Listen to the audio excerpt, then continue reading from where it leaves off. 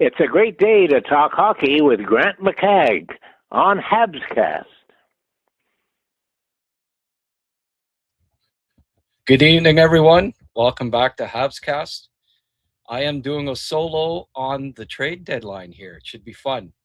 I queried all of my co-hosts today and said, look, give me your five people, the five players that you think the Canadiens should go after at by the trade deadline.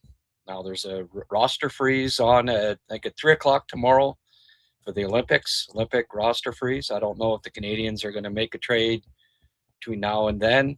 If they have already tonight, if they do during this telecast, hey, you guys are the best. Just say something in the live chat and we'll discuss it, because I'm not going to be looking at I'm not going to be on social media while I'm doing this podcast. So, but I don't know if they'll do anything before the roster freeze. Interestingly, today they sent they put Sammy Blais on waivers. Now, Sammy Blais, that's not a real surprise. I kind of predicted that. I mean, hey, when you're the 14th, 15th forward, there's just no place for you. You gotta, Valeno's been in the lineup the last two games. Blais hasn't played in a few weeks. And to me, it signals that they're going to play Patrik Laine tomorrow night in Winnipeg, where, of course, he was drafted and had those great few seasons to start his career. I hope Laine gets a look tomorrow. I think get him one game in for him before the trade, before the Olympics would be a good thing. I also expect that Monty is going to start in nets, and kind of a similar thing. Get him a little bit of action before the break. Maybe, help his mindset a bit. Because if he goes, it'll be weeks without playing and then another 3 without playing, it might weigh on his mind. Marciano's had some time to work with him. I know Dovish still hasn't lost. He at least got a point in the last game, but he did lose it. And I don't think he was as good as he had been. I mean, I'm just speculating, but the Canadiens will know, Marciano will know how Monty's been looking in practice, and that will factor in if he's making some improvements and coming along and they're comfortable with putting him in tomorrow night. I expect that Montembeault will get the start in Winnipeg. Sammy Blais going on waivers. I don't know that he'll get picked up. I guess we'll know by noon tomorrow. I have a feeling that he'll clear, and they could use him. They could use him in Laval. I think he'd be a good addition. Laval's not an overly large and physical team on the whole. They have a couple, but they have quite a few undersized, skilled forwards, especially. And Blais will be a welcome addition if he clears waivers and goes down. I had failed to mention, and it happened a couple of days ago, but I should talk a bit about a fellow that passed away this week, Chuck Lefley. It seems like, there's been a pile of former Habs and Habs that were on the team when I was, my first recollections of the Montreal Canadiens. There was, Kenny Dryden, Bobby Rousseau, Chuck Lefley were all early Habs. Lefley, of course, was a draft pick of the Canadiens in 1970. He was a Winnipeg native. He was picked 6th overall in the 1970 draft, and he was with the Habs. He had a little bit of seasoning in Nova Scotia, or I guess it was Montreal at the time, Montreal Voyageurs. But he made the Canadiens and was pretty good. He had I believe he had a 23-goal season with the Habs, and he ended up getting traded to St. Louis in November of '74 for Don Orey. The Canadiens thought they needed another, defenseman go in their top 4. Like a couple other guys, like I remember when Mickey Redmond got traded, he became a 50-goal scorer in Detroit. Mickey was traded for Frank Mahovlich, and then Danny Grant, when he was traded, he became a 50-goal scorer in Mini. Well, just shows you how deep the Canadiens were in those days, right? They could trade away future 50-goal scorers. And, when Lefley got traded, the next season he scored 43 goals, which at the time was a franchise record for the Blues. It was later broken by Wayne Babbage, but,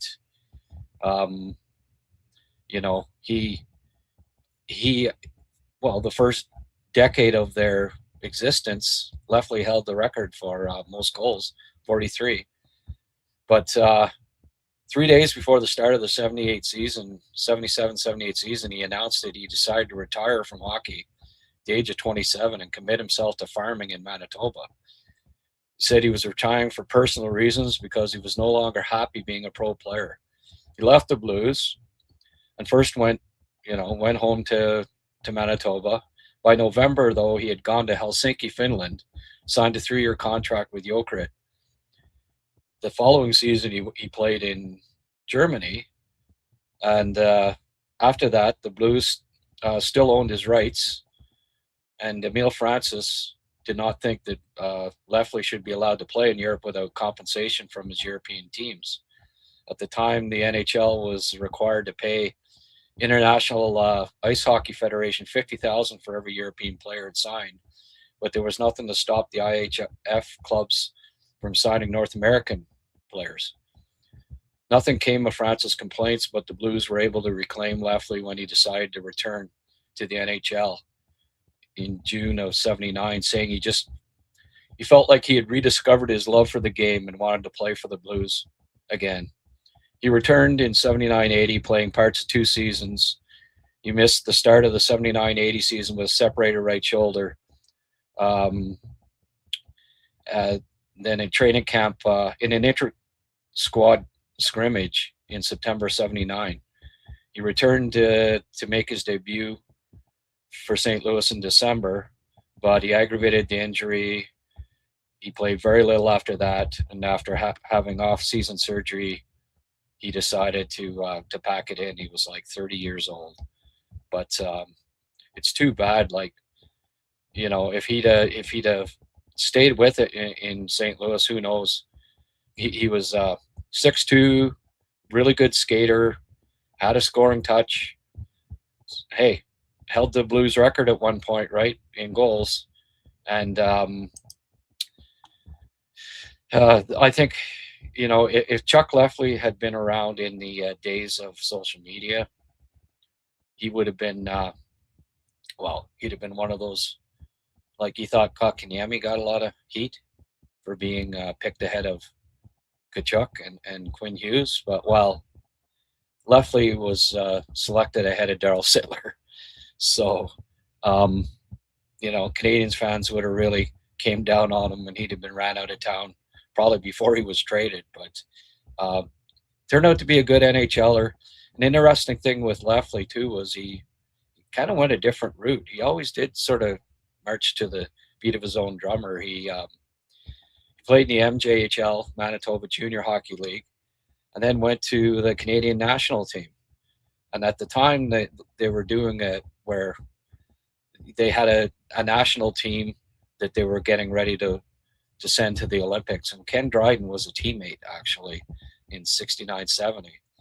He played a few games in the Western Hockey League that year, had like 12 points, caught the eye of Habs scouts, and they liked him so much they took him ahead of Sittler. But anyway, a good NHLer, and won a cup with the Habs. I remember him fondly from my childhood, and a good player. And it's too bad that the Canadiens have lost another former former Cup winner from their past. And, my condolences to his family, and may he rest in peace. Now, onto the trade deadline, and the so I queried, as I said, Eric Macramalla, Blain Potvin, Simon the Snake Boisvert, and Rick Springhetti. I also asked Liam, but he's still recovering from his 2-week trip, and trying to keep up with 47-year-old Aaron Asham at the bars after the games. I guess Aaron's still he's in his prime when it comes to going out after hockey games. He was on the 2-week celebrity tour, Legends tour. They call it a celebrity tour now or something. And Aaron's quite the man. I said to him he should try to get Aaron on for a podcast. And Aaron's cousin Dan is one of the people that on our live chats here, and it said too, get Aaron on. But he doesn't let. He's one of those shucks. Why would people want to hear what I have to say kind of guys? Even though, as far as I'm concerned, pound for pound, one of the toughest Montreal Canadiens players ever. He was tough, and also a good hockey player. And the Canadiens, I remember when he came up, he surprised a lot of people with just how tough he was on the ice, but also a damn good hockey player. But anyway, so I queried those 4 guys. They came up with 5 names each. And what I thought was really interesting and cool was the fact that I got 19 different names. So it should be interesting. We'll go through them. I'll offer my opinions on them. And, I look forward to hearing what you have to say about their choices. And I want to know if you think they should stand pat. If not, who they should add. And it'll be fun to go over this. Personally, I think the Canadiens are going to do something. I think the East is open. There's no team that's running away with it. So I believe the Habs have some. I think they have an opportunity to win the East this year. I really do, and perhaps a cup. It's not out of the realm of possibility, so you go for it. The other thing today, of course, the news that Anthony Cirelli is going to miss the Olympics, and Sam Bennett takes his place. I thought that it's almost like I feel sorry for Anthony Cirelli, but from a Canadian standpoint, hey, I think Bennett is an upgrade on Cirelli, and I look forward. I hope they have a line that features Bennett and Tom Wilson, because I think it can wreak havoc at the Olympics, and should be fun. Should be a fun line to watch. But we'll see. I know he didn't get. I thought he was really good at the Olympic or the Four Nations Cup last year, but I don't know if it had anything to do with his big rival John Cooper being the coach and him not really giving him an opportunity. But I hope he gets opportunity, because he's the reigning Conn Smythe Trophy winner, and to me, how can you leave off the reigning Conn Smythe Trophy winner who's probably having his best regular season this year too. So anyway, I don't consider it to be bad news that Anthony Cirelli has been replaced by Sam Bennett, because in my opinion, he deserved to be on the team ahead of Cirelli to begin with. All right, let's get to the picks here. First off, we've got Eric's picks. he said the 5 names that he mentioned: Logan Stanley, Blake Coleman, Jasper Wallstedt, Anthony Mantha, and Eric Halla. Now, those are a little different than what I would probably have, but they're I get where he's coming from. And sorry, that's Jesper Wallstedt. I just realized my mistake. I put that on there. That's on me. He didn't. I don't think he said Jasper. It's Jesper Wallstedt. Sorry about that, Jesper. So yeah, those are 4 names.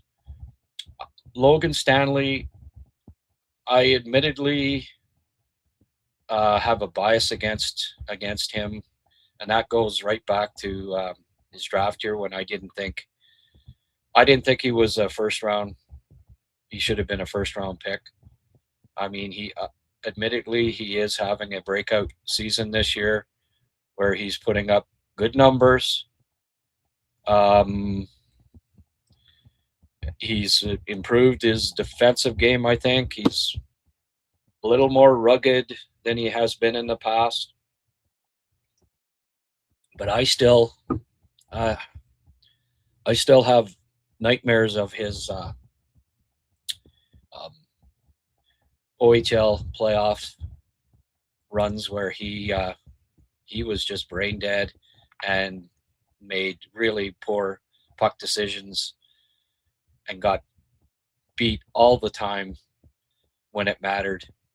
And it was like that way for like the first 7-8 years of his NHL career too.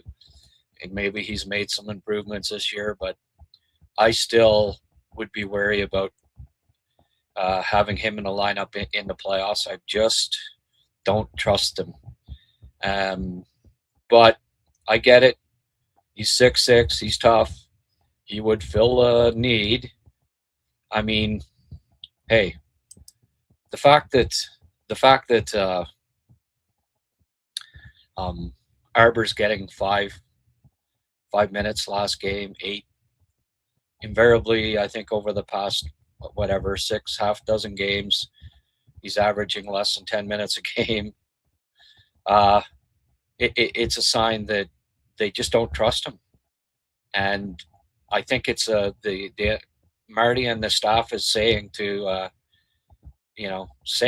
hey, we need help. We need help there, Kent. Get us another defenseman, please. So I expect, even like teams that are contending, teams that are in the race, teams that are in our playoff spot at the trade deadline, teams that are 3 or 4 points out of being on top of the conference at the trade deadline, or certainly at this point, invariably add defensemen, at the very least for depth. But in Montreal's case, I think it's to fill the 6th spot on the roster. You can't have one defenseman playing 5 minutes a night, I don't think. Now, you can argue that it's, Arber should be playing more, and I don't necessarily disagree with that. But the coaching staff feels differently, and they're the ones that make the decisions. So, and you can say the same thing about Sammy Blais, right? You can make the argument, they could use that physicality. He was throwing more hits per minute than any Hab by far. Why isn't he why is he waived? Well, because the coaching staff deemed him to be 14 to 16 in the depth chart. When Newhook back, there's just no way that he was staying on the roster. It's just the way it is. So whether you agree with it or not, it's the coaches. It's up to the coaches, right? And you knew that they weren't just all of a sudden going to say, Sammy Blais is going to play over Gallagher and Blaine and whoever else. You just knew that it wasn't going to happen. So um, they will be adding at least one defenseman, likely a veteran, likely right defenseman, and likely big and physical. Now, I've been calling for them to give Reinbacher a look, but reading the tea leaves, reading what Kent Hughes has been saying, it doesn't look like that's going to happen. Maybe they give him a look before. It'll depend. If they don't pick up a defenseman, then yes, I fully expect them to give Reinbacher a look and see if maybe he can be the guy that's in there, the sixth guy at playoff time. But Kent Hughes is saying, well, we want him to be overripe and this and that. And so I'm expecting them to pick up a defenseman. Now, will it be Logan Stanley? I don't know. But it's, I get where Eric's coming from with that. He's big. He's physical. He can fight. He's putting up points this year. And plays the right spot, so you never know. Blake Coleman, Coleman's been someone that's rumored to be the Habs to be interested in. He went to Coleman went to Tampa, helped them win. They paid a king's ransom to get him. He's a gamer, he has played. He won 2 straight cups with Tampa, right? Had a 54-point, 30-goal season with Calgary a couple years ago, kind of like his breakout year. But he is now 34 years old. He's on pace for at least 20 this year, so he can still, put some pucks in the net. But he's got a bit of an edge to his game. Not that big, but he plays with an edge. Now, if the Flames are looking for something like what the Devils got for him back when Tampa traded for him, no dice.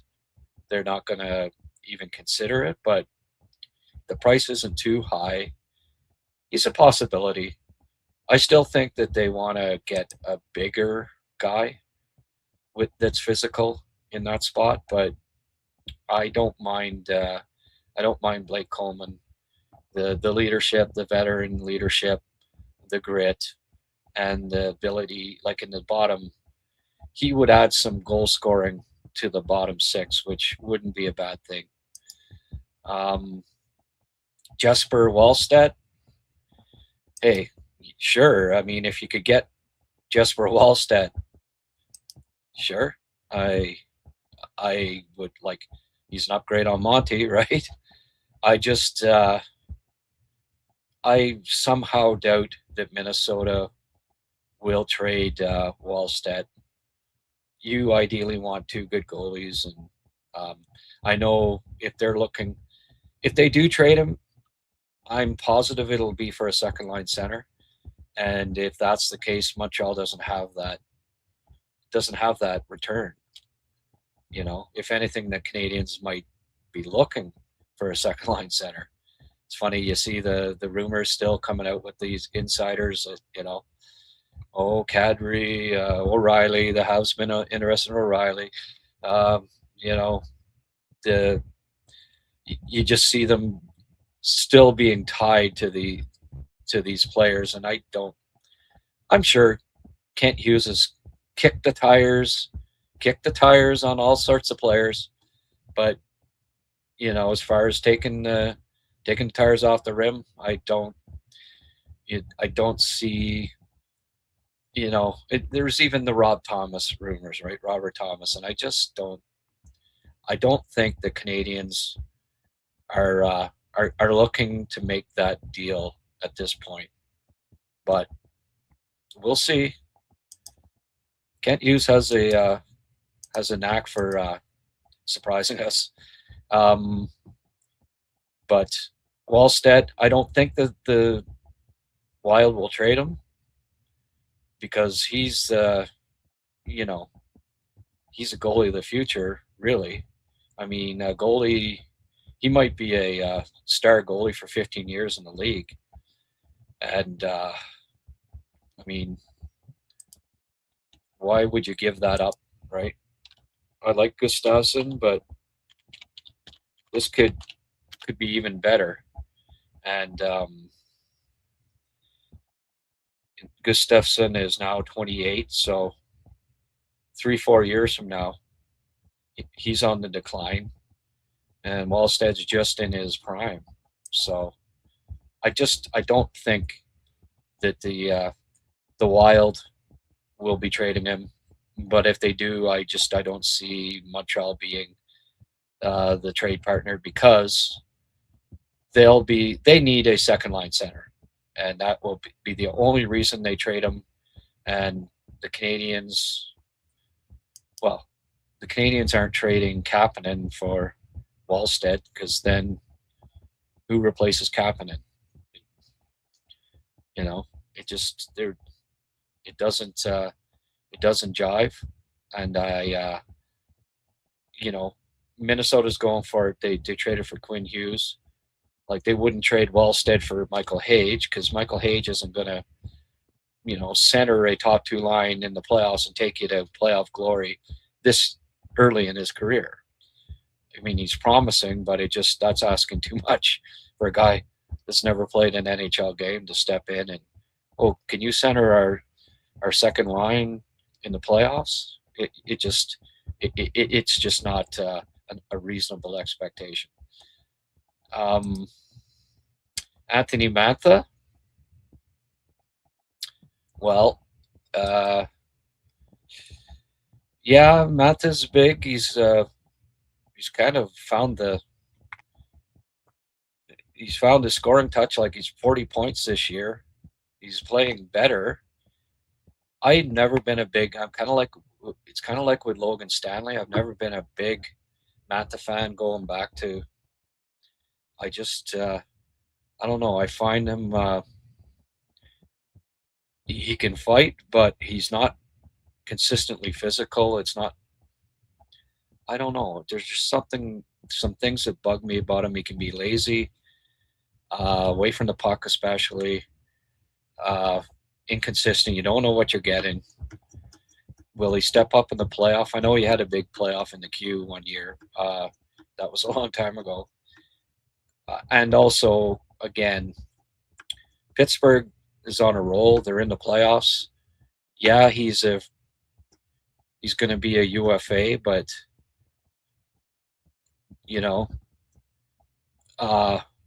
if they traded him, they probably want someone that can help them now. Because, what would Sidney Crosby think? What are you trading away? We're in the playoffs, and you're trading away a 40-point guy that's having a good year. I think much like the Habs last year when they didn't trade away, Nick went to Kent Hughes and said, "Hey, I'd like you to. We'll stay with this roster. Let's not tinker with it and trade guys away." I think it'll be similar with Pittsburgh, unless they, before the trade deadline they fall out of the race.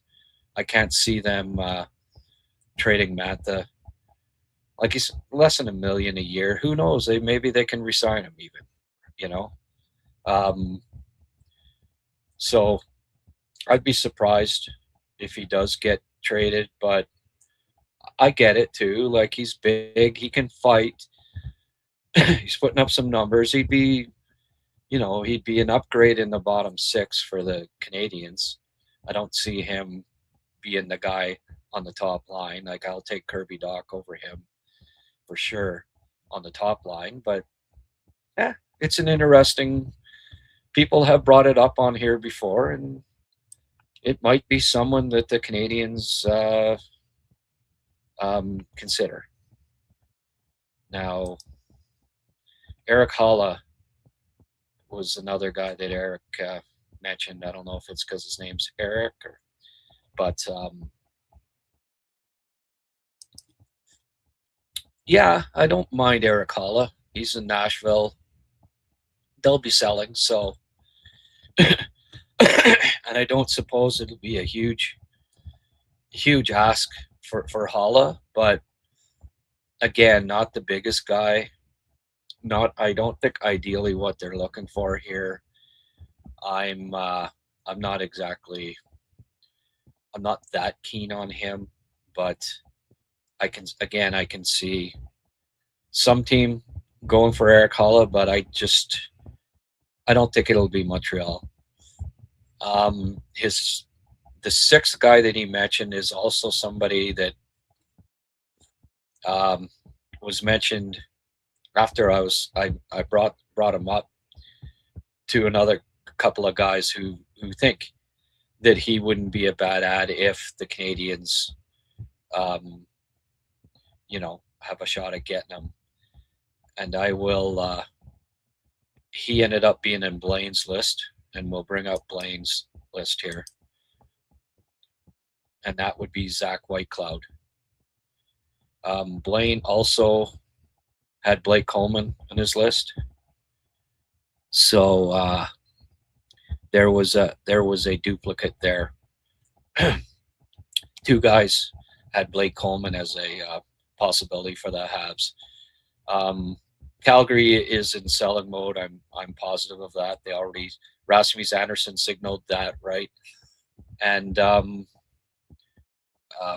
we've already discussed Coleman, and I wouldn't mind that addition as long as it wasn't too costly. Now he mentions, and this is an interesting one, Voronkov. Now Columbus is on a real roll here, and I don't necessarily think that they'll be looking to get rid of Voronkov, but as Blaine suggested, perhaps I think he's going to be a UFA, if I'm not mistaken, and he just thinks like if he can get a sort of a similar return back, they might look at explore moving him. And obviously he brings that size element, but I don't see with Columbus on the role that they're on, I don't think he'll be available. Alexei Toropchenko, like that name. In fact, I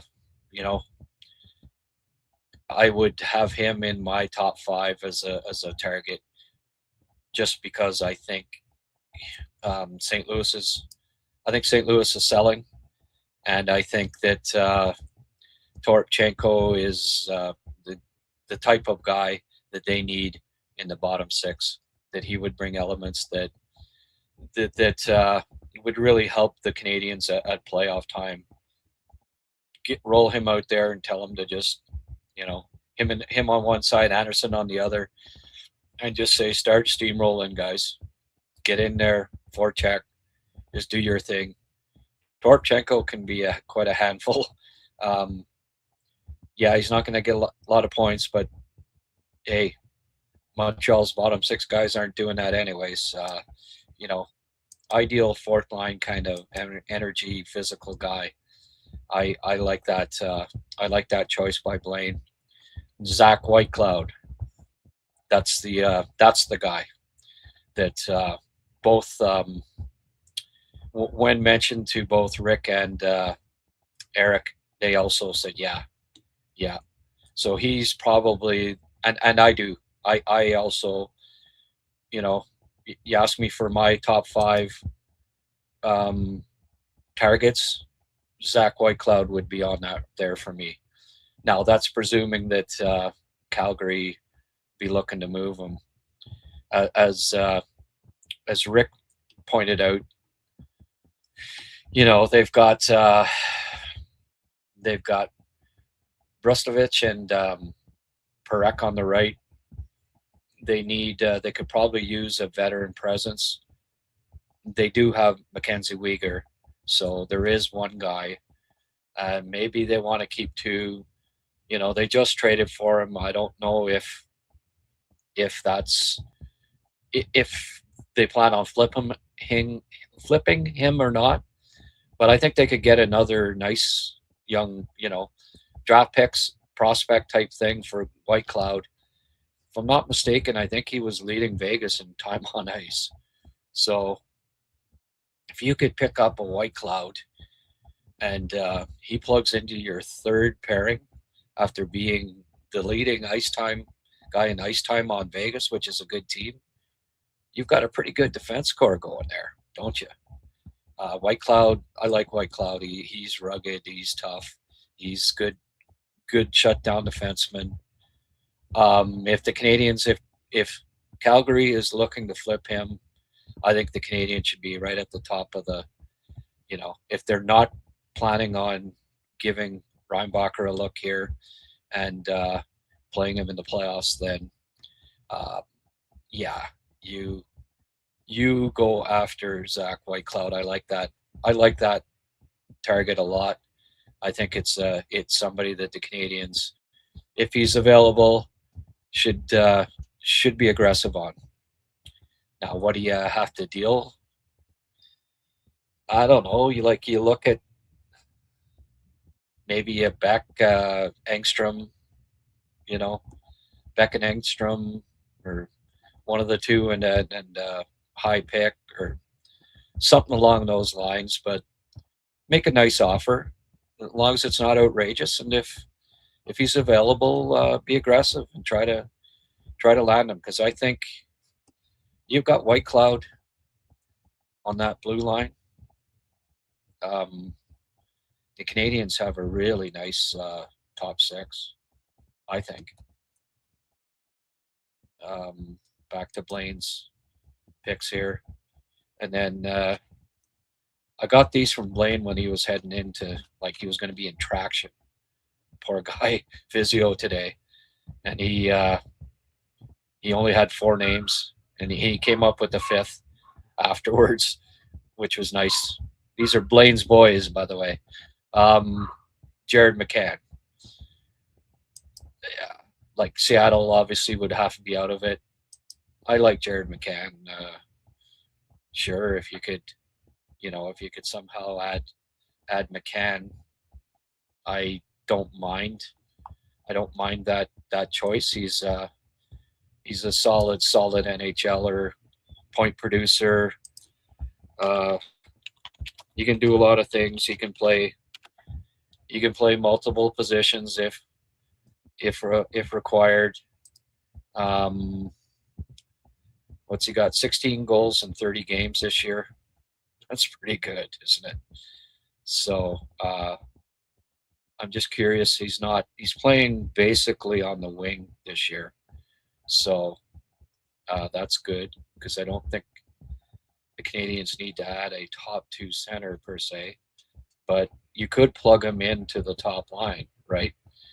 Decent size at 6'1", 191.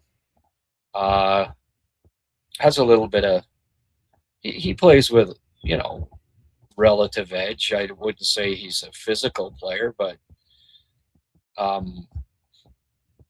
he's certainly not a wallflower. Hey, if Seattle's looking to unload him at the trade deadline, you look at him. I wouldn't. He'd be a nice ad, and again, it would have to be, a reasonable. They can't be asking for the world. The Canadiens don't need him necessarily, so I don't think it'd be someone that you overpay for. Let's have a look at Rick's number 1, Michael McCarron. Yeah, all right, Rick. Yes, he's on my top 5 list. Personally, I think they want size on the bottom 6. I think the place where they need size more than anywhere is down the middle. Size and physicality with with Cappy, Suzuki, Evans, and Deneau, there's no real big physical presence at center, and I do believe you need at least one if you want to go far in the playoffs. Michael McCarron would be someone that I would definitely welcome back to the organization. His skating's improved, his defensive game's improved. He's a premium penalty killer now. He's second in the NHL in hits by centers. He can fight. He's tough. I think he'd be a great player to have in your lineup come playoff time. So I like that. Rick's picks. I like that one from Rick. Luke Shen. I get it. Luke's a veteran right D, tough, physical, leadership, good character guy. That's one of the names that you see mentioned fairly often, and I don't mind that. I don't mind that suggestion. My one concern with Luke Shen would be his speed. Now, I don't know if you saw this last night, and it's just an example. That was Rantanen, and hey, I get, Rantanen's a superstar, right? And a hell of a move, but still, I don't know, looked pretty pedestrian on that play, right? Anyway, can happen to the best of them, but it is an example of Chen's lack of mobility, agility. He's not going to win too many races. He's not getting faster. He's in his well into his 30s now. I don't know. As long as the asking price wasn't too high, you pick up a Shen and it's nice insurance and 6-man. I wouldn't be playing him 18, 20 minutes if you did. But I don't mind Shen. I just would be a little leery. I don't know that I'd prefer him over Reinbacher, to be honest with you. Then we go to Connor Murphy, who hasn't been mentioned a lot. Chicago, 32 years old, good-sized defenseman, got a bit of an edge. I like that. I like that one. That's one of my favorite of the 20 that were mentioned here. He's going to be a UFA. Chicago's not making the playoffs again. I think they'd probably like to keep him, but there's a decent chance that he doesn't resign there. So they could possibly be dangling him at the trade deadline, and that's one of my favorite names, actually. McLeod or Murphy on defense would probably be at the top of my list for potential defensemen that the Canadiens, if available, should pursue. I like Connor Murphy. He's a good defenseman, and I think that would round out Montreal's top six really nicely if they were to add Connor Murphy. So good choice by Rick, I think. Nick Perbix, big defenseman. I had a look at him there. Somebody, Bontoon or whatever, had mentioned him as a. He keeps saying, "Hey, what about Nick Perbix?" So, Nick Perbix, I think, is all-time. Yeah, he's big, but he. I wouldn't call him a physical defenseman. His highest penalty minute total in the NHL ever was his rookie year at a whopping 22 minutes. So while he's big, I don't know that he necessarily uses it to the best of his ability. 8 points in 52 games, minus 14 penalty minutes. Nothing stands out there as far as statistical wise for the Perbix. Yeah, I don't mind Perbix, but I don't know.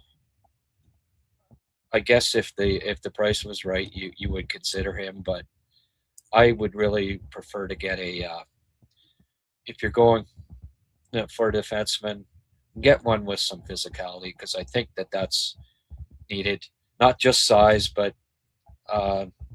you know, aggressive physical nature would be preferred as far as I'm concerned. And then Rick as the fifth choice put Desharnais.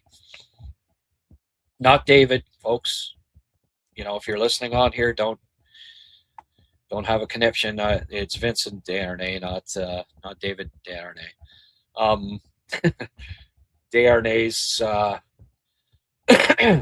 obviously he's huge, bounced around a bit.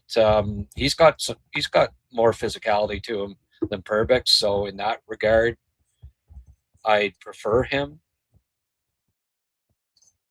But I don't know. He's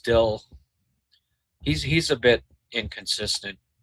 You never quite know what you're getting with Desharnais. I find he's still like a lot of big defensemen, still trying to figure it out. You know, he's kind of like almost a younger version of Logan Stanley. You know, as far as younger in like that, he's played 192 games in the NHL, so not a pile of experience there.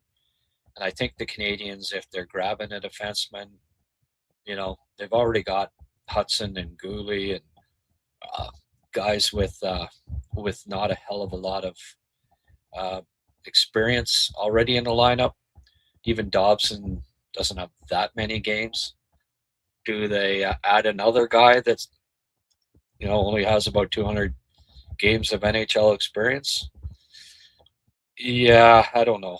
And the fact is that he's with San Jose, and San Jose's they certainly, if they stay in the hunt here, and as of now they are, I don't see them being sellers. They'll be buying at the trade deadline. They won't be getting rid of big defensemen, especially if they make the playoffs. They'll want to keep them. So, not quite as high on that choice as Rick's first three. And as I say, Rick also did mention Zach Whitecloud when I did point out to him that they do have Uyghur as the, you know, veteran D-man on the right that can provide some mentorship for Brucevic and Parekh. And he said, okay, well, Zach Whitecloud then. So the 4 of us are on board with Whitecloud as a target for the Habs. And I don't know what folks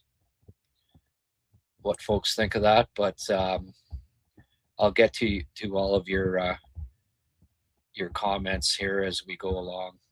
Somebody mentioned Protop, but again, you have to look at the other team, right? Why would Washington trade Protoss? It doesn't make sense. It has to make sense, and that doesn't make sense to me. It's like Cooley with the Rangers. Don't see it happening. Daniel $1.99. That has to be Daniel. Yeah, Daniel Lorette sent me a $1.99. Thank you very much, Daniel. It's hey, any contributions are most welcome, and I appreciate it. If you get a chance, folks, please hit that button, right? Hit the like button. if you're not already a subscriber, please take the time to subscribe to this channel. Hit the notify button, and you'll get every one of my podcasts these days. Pretty much is live, so you will get notified. And by the way, this guy right here, I don't know if you recognize him, but could the Canadiens trade for this guy? I sure wish they could. Yvan Cournoyer, 10-time Stanley Cup winner. He got his flooring for his beautiful Montreal area home from Logs End in West Quebec. Beautiful. He went and visited the plant, was blown away by the beauty of the wood, and he couldn't say. He has nothing but good things to say about Logs End. Loved the service, loved the product, and hey, if it's good enough for Yvan, it's good enough for you. Logs End, visit their website. You get a chance. logsend.com. Reclaimed wide plank flooring. Chris Neal, Gary Galley, Chris Phillips, among other NHLers, all shopped at Logs End and got wood flooring from them, and they all loved it. So these guys have hockey connections. They used to own the Nepean Raiders Junior Hockey Club where Steve Yzerman played. Great guys, great hockey guys, and if you visit their website and you get in touch with them, tell them that Grant Yvan sent you, and they'll look after you. I guarantee it. All right, so we're down to Simon Boisvert's list here. I have to say that it was interesting. Oh, and by the way, if you're on X, and I notice we've got like 600 that have tuned in on X, 150, which is a nice number here at YouTube. But come on over, go to YouTube, Habscast, hit the like button, subscribe, help me out here if you can. And just watching on X doesn't do me any monetary good at all. So it would be much appreciated if you watched took the time to watch this on my YouTube channel.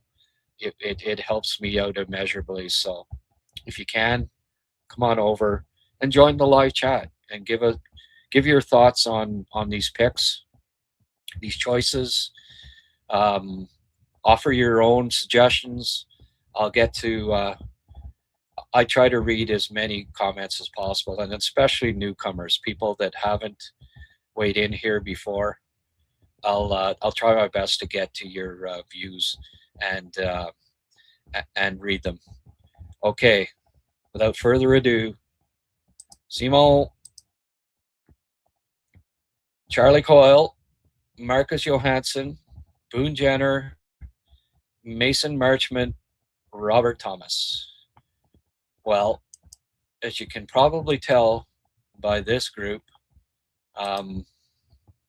Simon's sticking with his Oliver Kapanen can't be a second-line center mantra, and suggesting that the Canadiens try to replace him for the playoffs here. And obviously, you know what my feelings would be on that. I don't know that that's.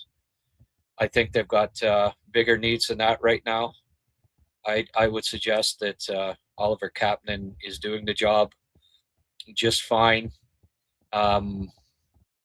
Just fine in the for the Habs now, and I also think that the price for these guys would be pretty high.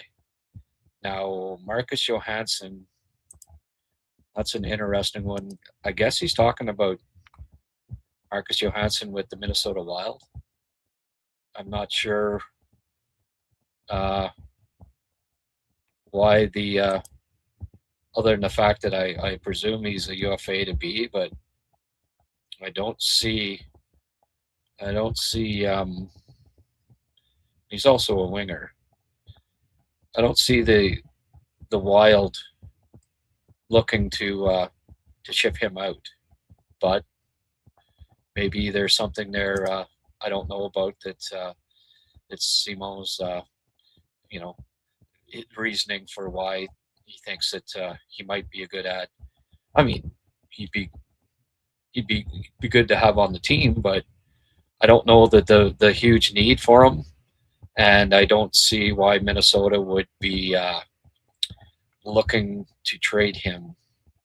I think they're gonna be buyers, and they want to get a second line center, and certainly they won't get that from Montreal. I don't think.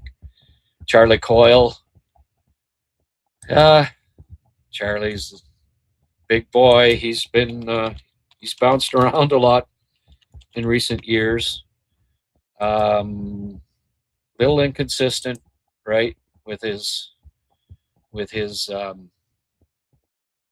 he has good years, bad years.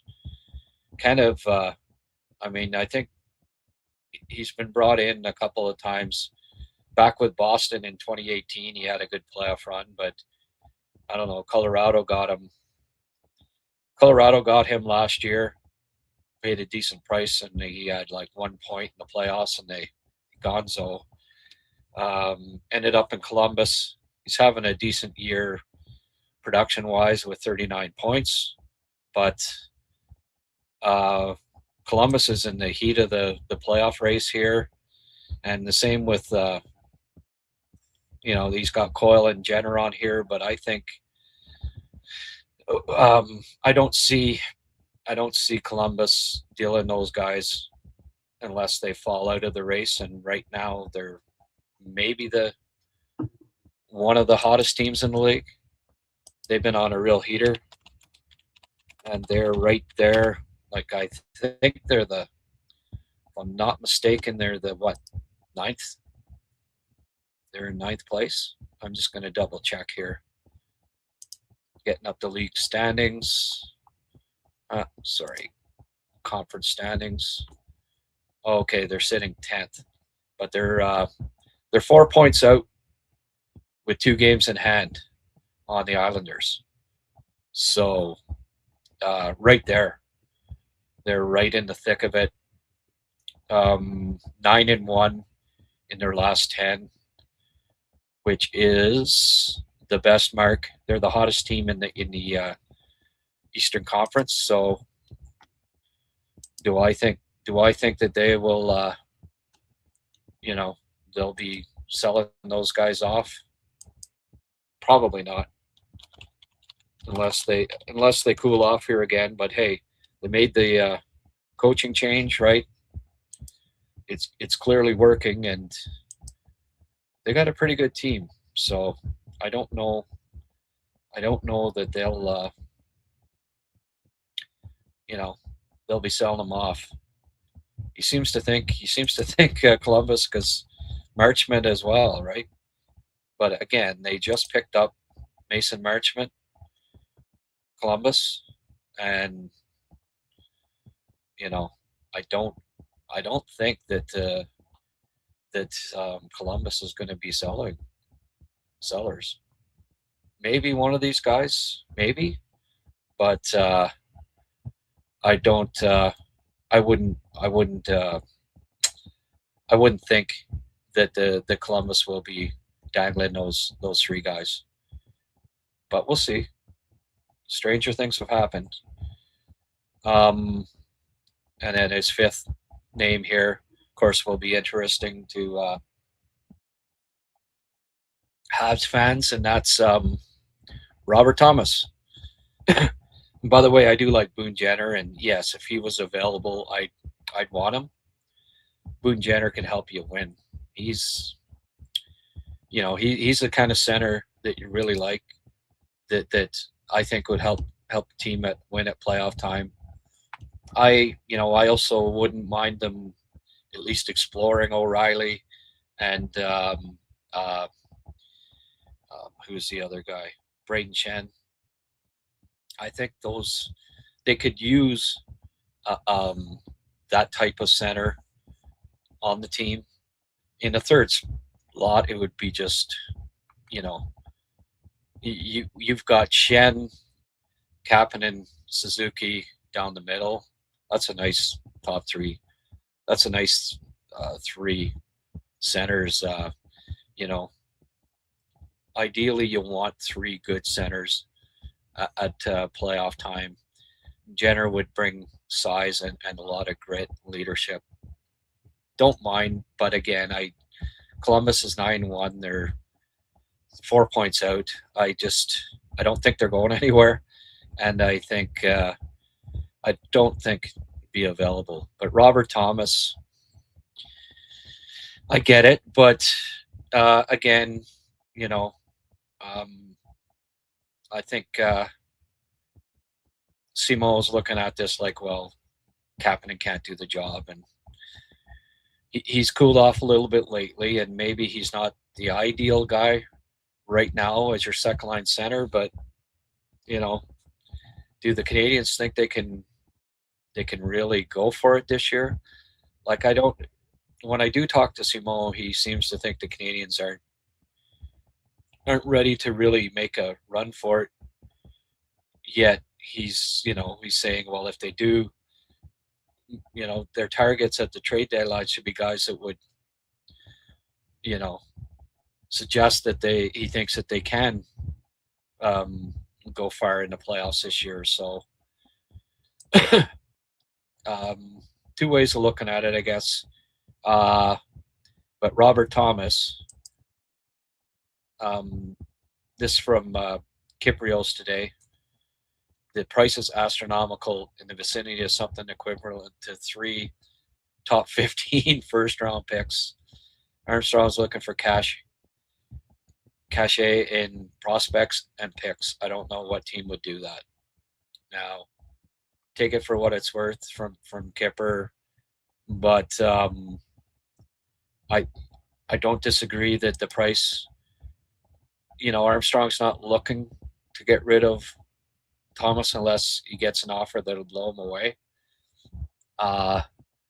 Like the Habs would have to offer at least one first, maybe two, you know, Hage or Zorowski, maybe Engstrom, something along those lines. And, you know, I just don't know that they'd be going for that. Mark just sent me a toonie. Thank you, Mark. I'll be getting the comments here shortly, but Robert Thomas, hey, I guess if you don't have any faith in Kapanen, and I know Simo doesn't think that he can be a second line center, and hey, I've had my doubts sometimes in recent games, but he brings so many good elements away from the puck that really help Slav and Demi to reach their offensive potential, that I think he's kind of an ideal guy for them, really. Yeah, he's never going to put up huge numbers, but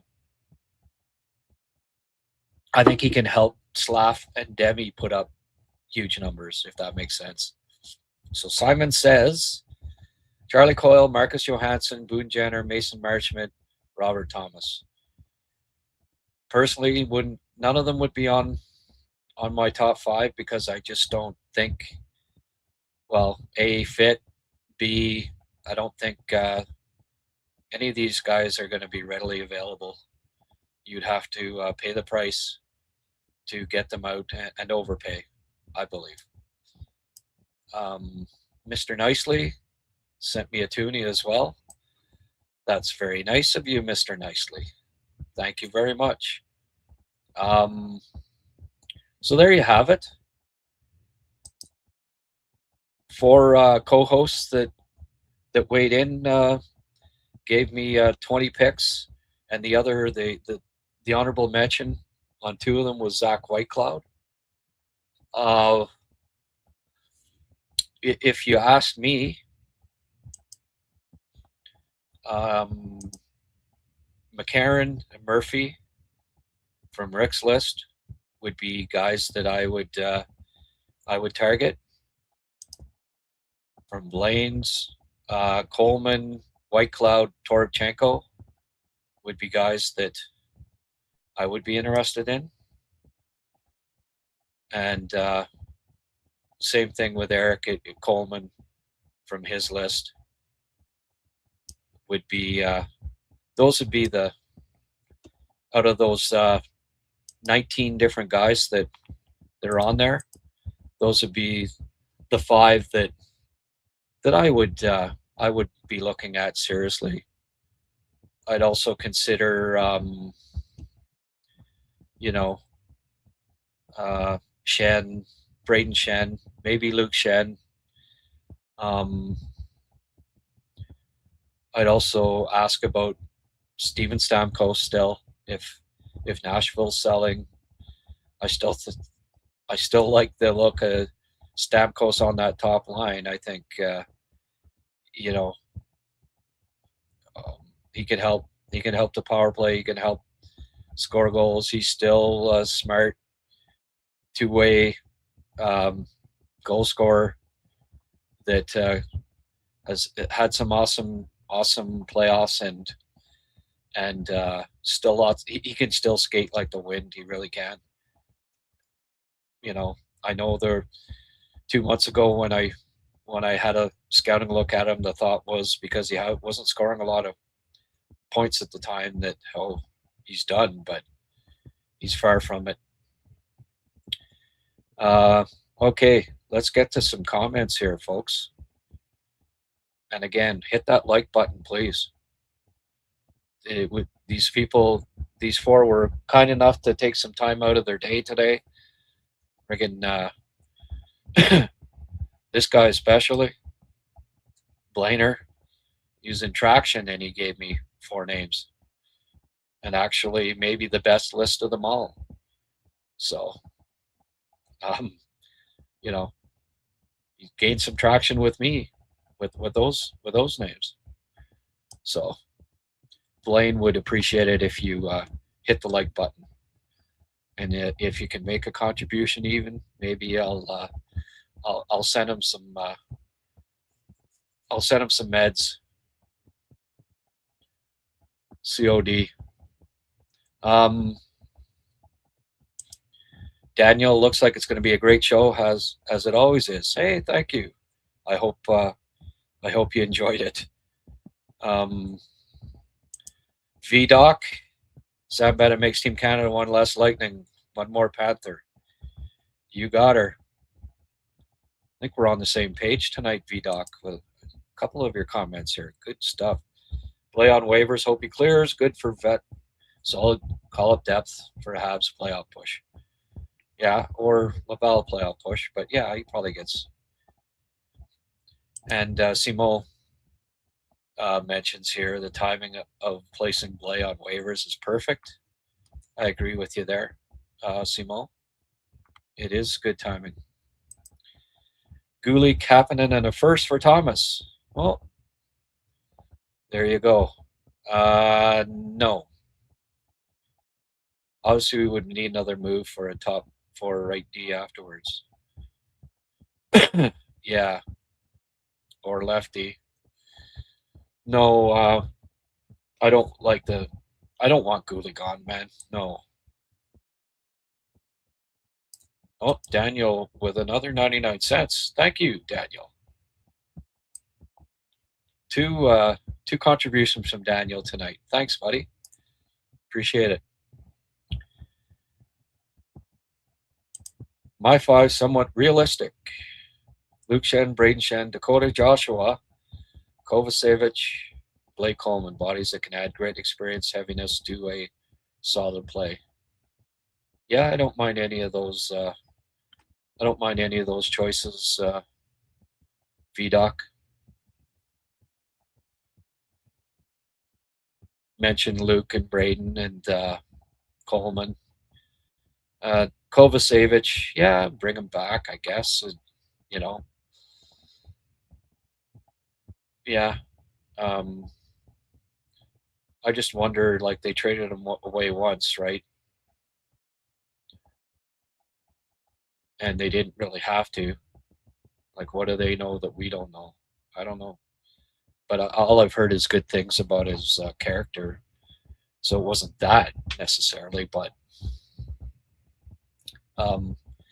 Dakota Joshua, yeah, he's got some ruggedness to him, but I can't see Toronto making a deal with the Habs to help them at playoff time.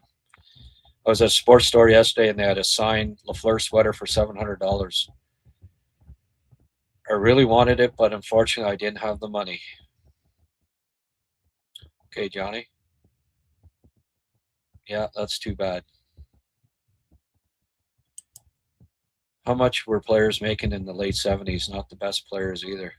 No, that's one of the reasons why. If you're talking about Lefley, one of the reasons why he decided to pack it in, I think, went back to the farm. Kyle Gluska. Yeah, Schneider's not a bad suggestion. I've also wondered about Tyler Myers, maybe. Those are two names. Thanks for mentioning them, Kyle. That if you told me to name a dozen or whatever, they'd be in my dozen. So would Voronkov and Goodbranson if I thought Columbus was dealing. But again, I don't see Columbus being sellers.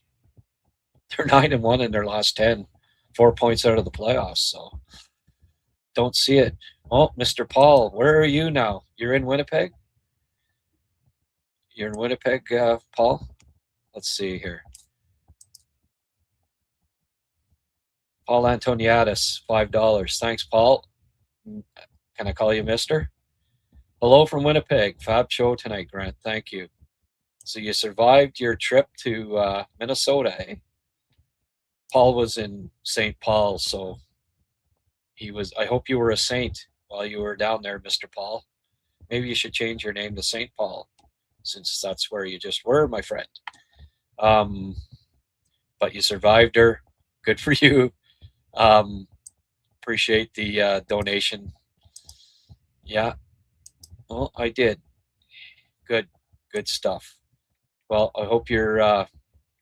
What's the temperature in Winnipeg right now? Because usually means that's what our temperature will be in a couple of days. Yeah. I know a couple of weeks ago, all of a sudden it was like minus 40 in Winnipeg. And oh, here it comes. And then sure enough, polar vortex. All right, let's get to Scott talking about the refs. Still thinking about the refs, Scott? I kind of got over it. 1 point better than none. There has to be standards. Yeah. Oh, please don't remind me of that. Alexiak, again, yeah, he'd be a consideration if Seattle wasn't sitting in 7th place, right? All these teams play each other, and the odds of them not being within 5 points of a wild card are just very, very small, because everybody plays everybody, and you just can't, you can't make that big a move one way or the other in that short a period. I don't think. What will there be? Like only, maybe 2-3 weeks of play before the trade deadline. So how many games? Does anybody know how many games? About a dozen for teams? 10, maybe 10 before the trade deadline. Like what? How much movement will there be? They're in 7th place, and I just don't see them dropping out of contention by then. So why would they trade Alexiak? teams that are that close, I don't think they'll be getting rid of really big pieces that, maybe becoming UFAs, but they're a major reason why they're even in playoff contention. What's it say to the fans? What's it say to the players, right? What's it say to the ownership? So I just I don't think Oleksiak is a consideration at this time. Okay, let's get back.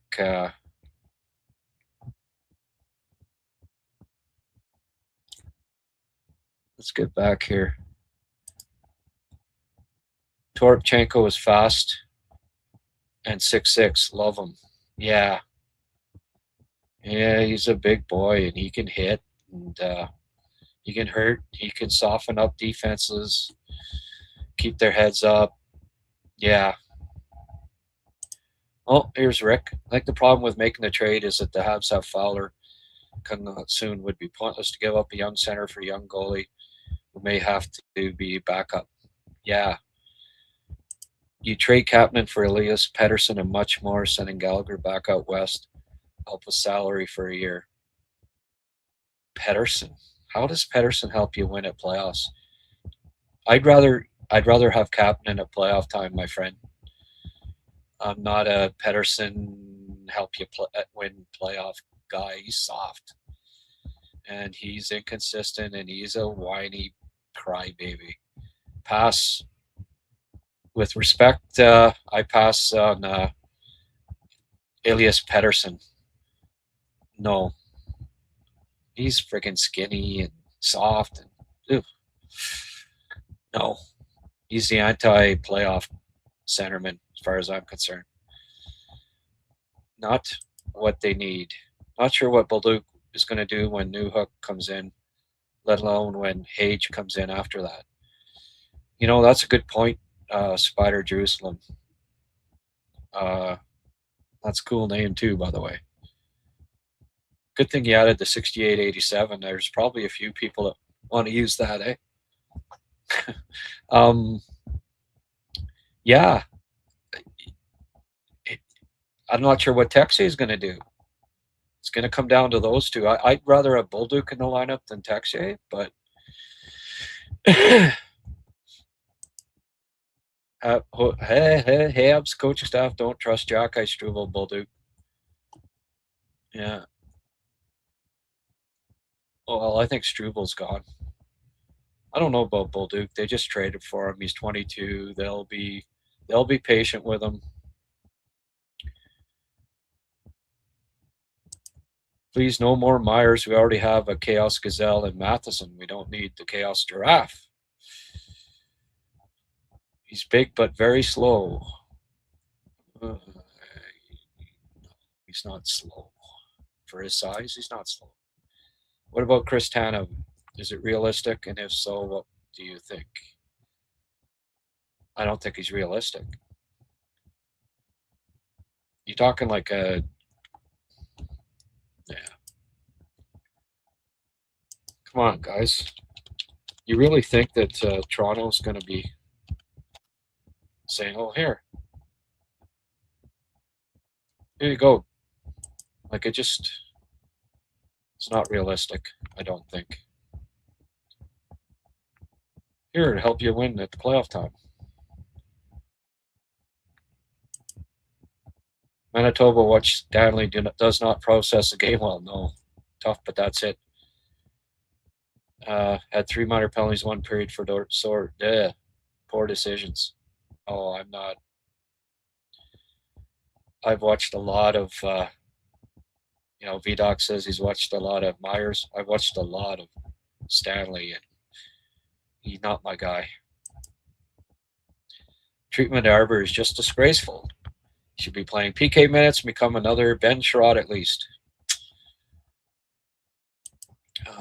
I'd like the Habs to go after one of the young trees in Chicago.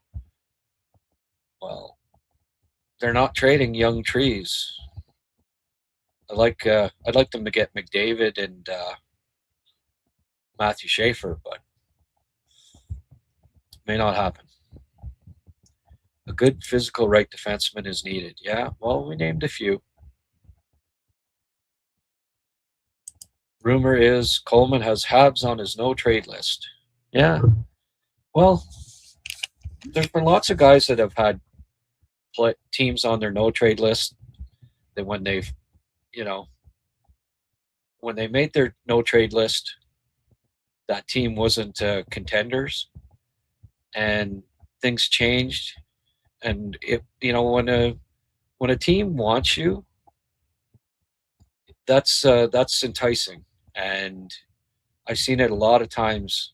Guys that don't have a player on their no trade list still can accept the trade, right? Say, well, if this team wants you, you got a deal in place. Will you go to how many players would turn down going to the Habs right now? I bet you it's not too many. How long is he's had that contract a few years now, right? At the time, I'm sure the Habs were at the bottom, and sure, no, I don't want to, they're one of the teams I don't want to go to, but I'd be surprised if Blake Coleman said, no, no. I don't want to go to the, one of the most talented, good young teams in the league. I'd be shocked, actually, even if he is from Texas. The Shen brothers would be perfect fit for the Habs. Well, I mean, they're both not very good skaters. Do you want two? I don't know. Do they fit in with the high pace of the Habs? Maybe you can get away with having one in the lineup, but both? Like, I don't think it has to be a brother combination necessarily, right? Minor trades, Struble, Laine. There you go. Has there been any trades tonight, folks? I don't think Armstrong wants to do business with Hughes again. Yeah. Gustafsson's no senior citizen. No, he's not. And Wallstead is very young. And as I say, Gustafsson's 28. 4 years' time, maybe he's starting to, and who knows? Like, goalies. Look at Monty this year. Did you say last year, oh, well, Dovis will be the starter and Monty will be? You didn't know. Next year, Wallstead could be the starter and Gustav the backup, Wallstead's just going to keep getting better and better. Gustafsson's he's here now, right? So do you trade the guy that's like this and is almost as good right now for the guy that's this, 5 years older or 6? You keep them both. I'd be surprised if they dealt Wallstead. I would go for Mantha, big, strong. Yeah, if you don't use it, though, I don't know. Not a huge Mantha guy. I think Arbor plays, and again, why would Pittsburgh trade him? Like, you have to think of the other team when you think of these deals. And that's why when,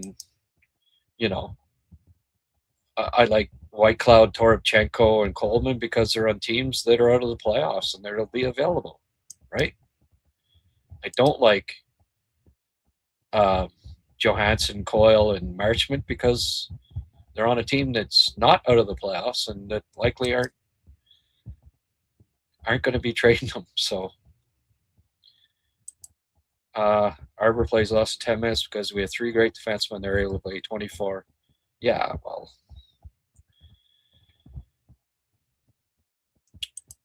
Arbor has 2 points this year. That's just not good enough. Matt is playing on a team with Crosby, and he is soft, no heart. Don't want him. I don't know. I'm not a big Matt the guy. Kapanen is a centerpiece of a Wallstead deal. You'd have to be crazy not to pull the trigger.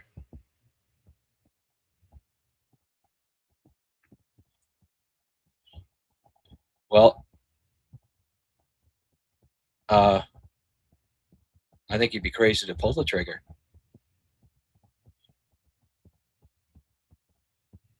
I don't know.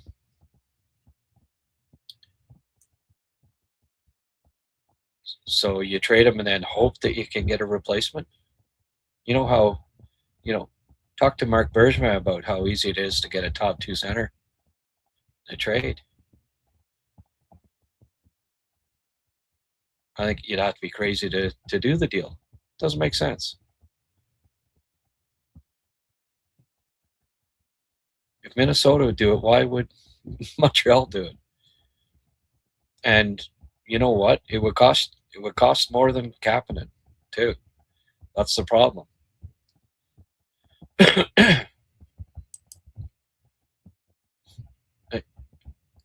Kapanen is excellent, 6'2" center, reliable, and has a great shot, keeps improving. You don't trade him unless it's for someone in the.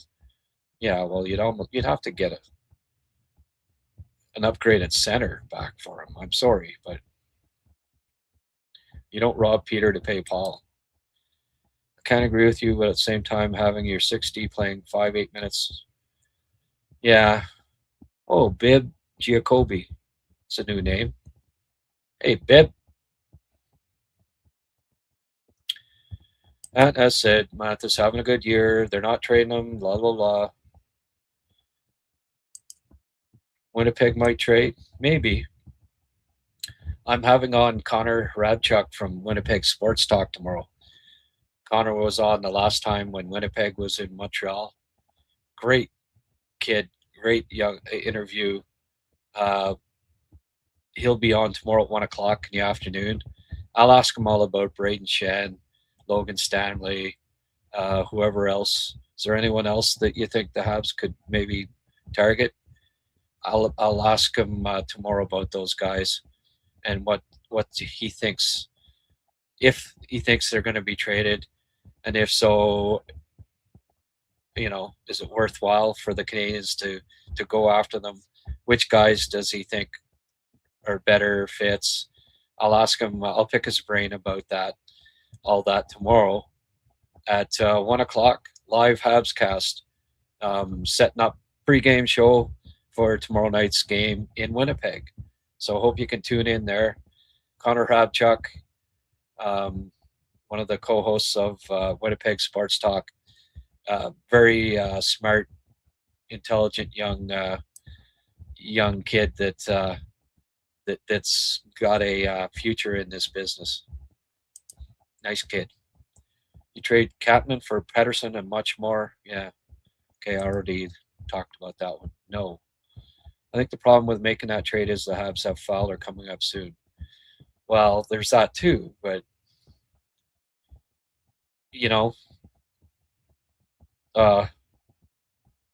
Fowler is going to be every bit as good as Wallstead, I believe. And then you got to find a friggin' center. No, don't like it. I wouldn't touch EP even if Van takes 90% of his salary. Gutless, heartless player. Could have said it better myself. Love White Cloud. Okay, good. Was Blain picked up off waivers? Tomorrow at noon, Mr. Nicely. We will find out.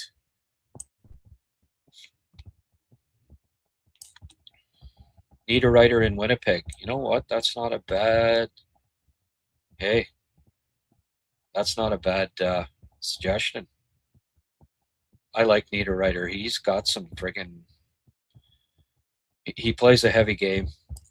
I saw him, Mr. Paul Antoniadis, a couple of years ago.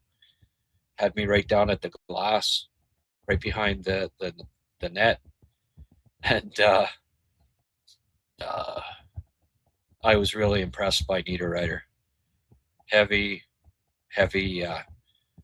winger that would, he would he would be nice to have in the bottom six, that's for sure.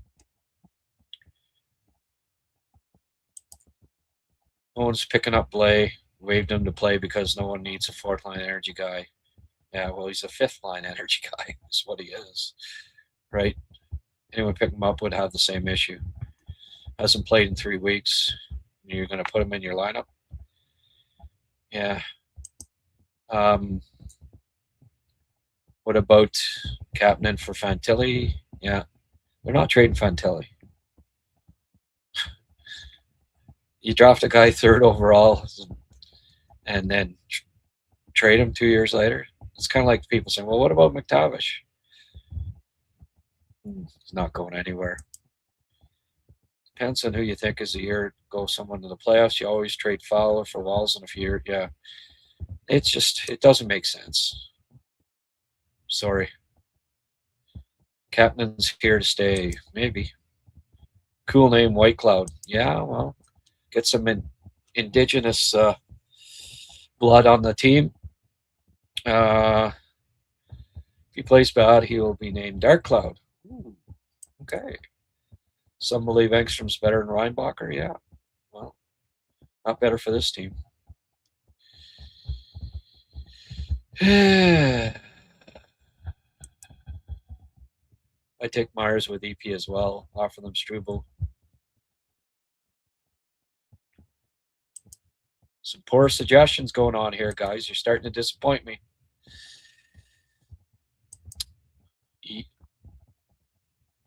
Elias Pettersson would be the last guy that I would. Oh, let's get him. Let's trade our two-way up-and-coming young centerman for a one-way soft problem child on the decline, skinny center. Oof. You don't like what list? Oh, okay, well, whatever, Emil. Luke Chen is used 12 times per minute while every other D are playing way more on a team that isn't playing important matches anymore. I'm skeptical about him. Yeah.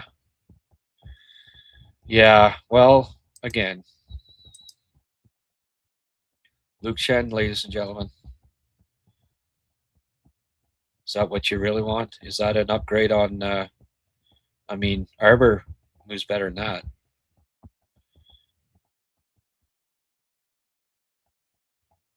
Oof. I don't know.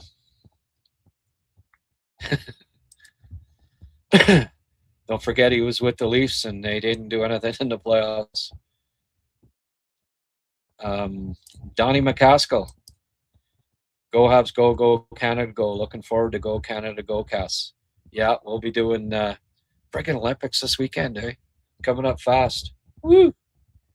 I almost got a Canada hoodie at Costco the other day, but they're so freaking thick. I'd be sweating to death down here. Thanks for the $10 contribution, Donnie. It's always much appreciated. Where's Mark tonight? Is Mark here? I wanted to ask him something. Mark.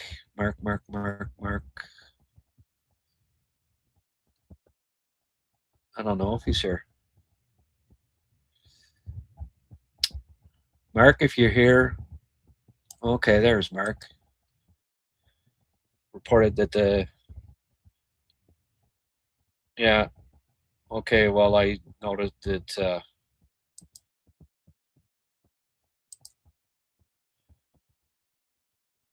okay, well, that verifies what Kyprios had said about the price being astronomical. 3 top 15 picks. Yeah, I'd be passing on that, eh? Okay.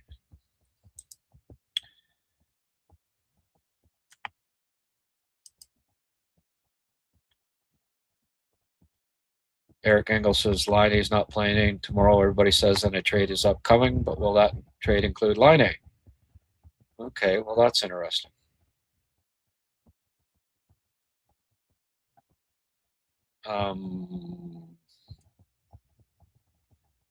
It could just be that they want Blain down over the Olympic break playing some hockey. He hasn't played in 3 weeks, right? Clear waivers, go down to Laval, play some hockey. Could that just be it? Could it be as simple as that? Maybe they're not, it doesn't necessarily mean that they want to make a trade anyway or whatever. They just, but the thing is too, though, that I guess if I'm not mistaken, they can send a guy down on waivers at any point during the Olympic break, but why not now if you want to, he's not playing tonight in Winnipeg, get him down to Laval as soon as possible and get him playing for the 3 weeks. Maybe that's all it is. Maybe, I'm not, like, didn't necessarily mean it was a guarantee that Laine's playing tomorrow night, but I thought it might mean that. It could also mean that they're looking to make a trade. We'll see. Could mean a few different things. The plot thickens, folks. Myers, $3 million a year. He's an okay addition, but not what I would look at myself.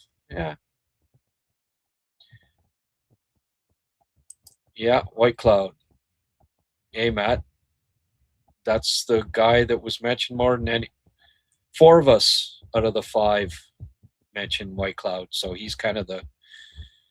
I don't know if Calgary's looking to move him. They may be looking to flip him. If they are, yeah.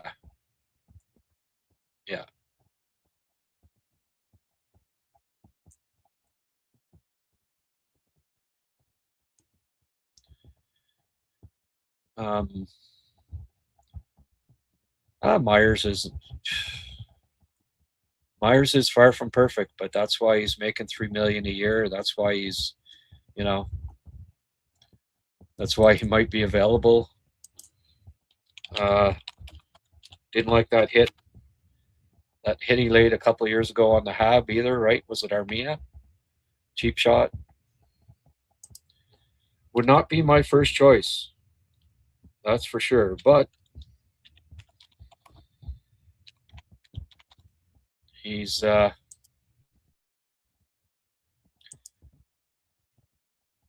long stick has a certain amount of appeal, right? That you can, but I'm telling you, he's struggling this year, boy. Minus 24, goal and 7 assists. He's now 35 years old. He's not getting better. Actually, he just turned 36.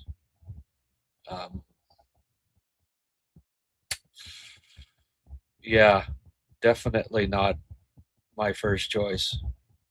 That's for sure. He's averaging 20 minutes a game in ice time. So, I mean, there's that, right?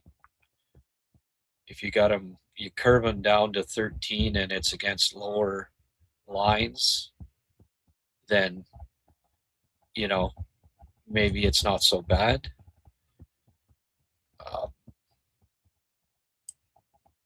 But certainly they could use another guy with that long stick, with the size.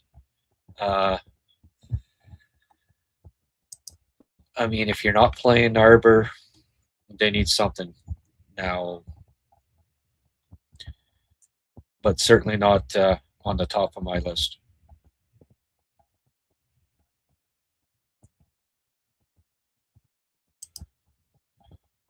Yeah, Simo has Tyler Myers.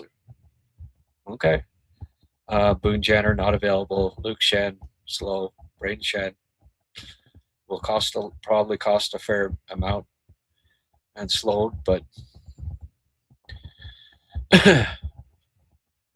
Nick Foligno. Geez, how old's Nick now? 38. They're working on something. With Laine Struble not playing at all and the plethora of prospects and picks, we may see a Deadline deal, midnight deal, aka Dano. That was done an hour before the Christmas freeze. Ooh, interesting. Maybe, eh? Simone is always interesting. Oh, well. Keeps the pot stirred. You should get McPhee McCrimmon on to see what they might do, then ask Shovel Day off on. Yeah. Okay. YouTube is better next. Elon has enough money. He doesn't need Grant's money. Yeah. I included a guy like Shem because he won't cost much. His lack of speed may not be as big a concern come playoff. Yeah. I don't think he'd be a terrible pick. I think back in a third-round pick for White Cloud.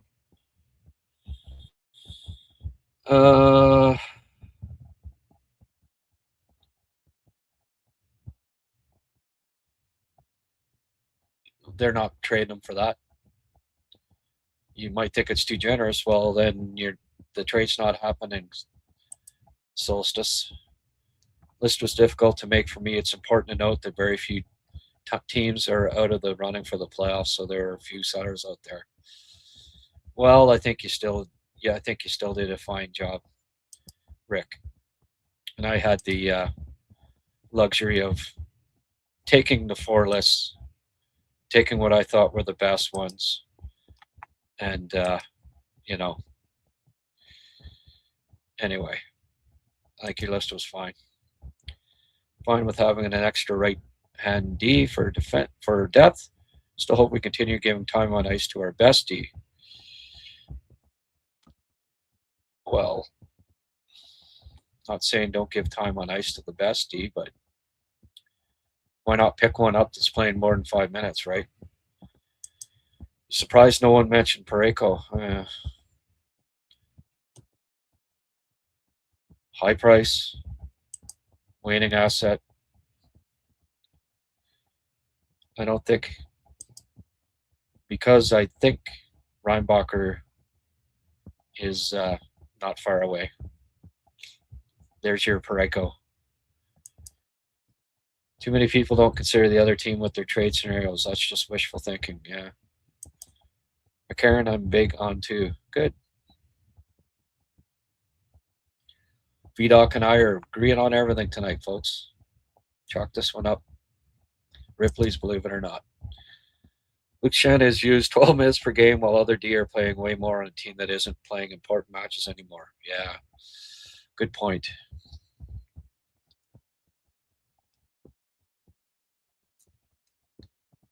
Yeah.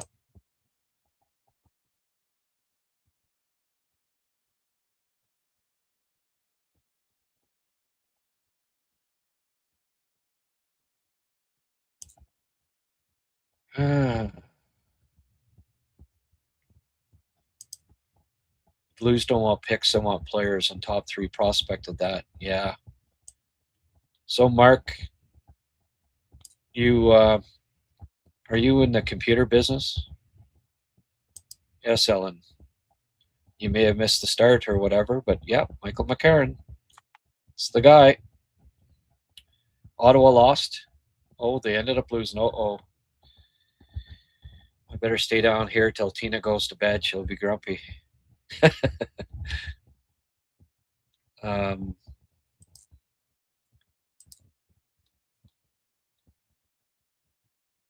about Corey Perry?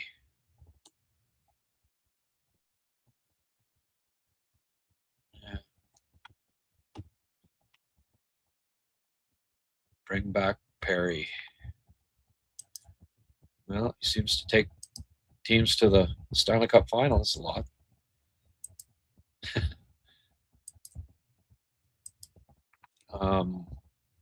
Where's LA now? LA is in 9th place with a game in hand. So again, why would LA get rid of Corey Perry? Probably not happening. Washington lost versus Philly. Good results for the Habs. Ottawa lost. Thank you for the update, Francois. Let me just get out my handy dandy VHL flash score here. Get up the NHL. Yeah, good to see Washington lose for sure. Columbus won again, so that's 10-1 in their last 11. Again, they're not giving up anyone. Buffalo, Tampa tied 2-2. All right, let's hope it doesn't go to overtime, folks. Pittsburgh up 4-3 on the Islanders. And Edmonton, Toronto, scoreless. Hurricanes ended up winning 4-3 in regulation. That's got to be tough for Ottawa. Oof. I don't know. It's going to be a steep hill for them to climb. That's for sure.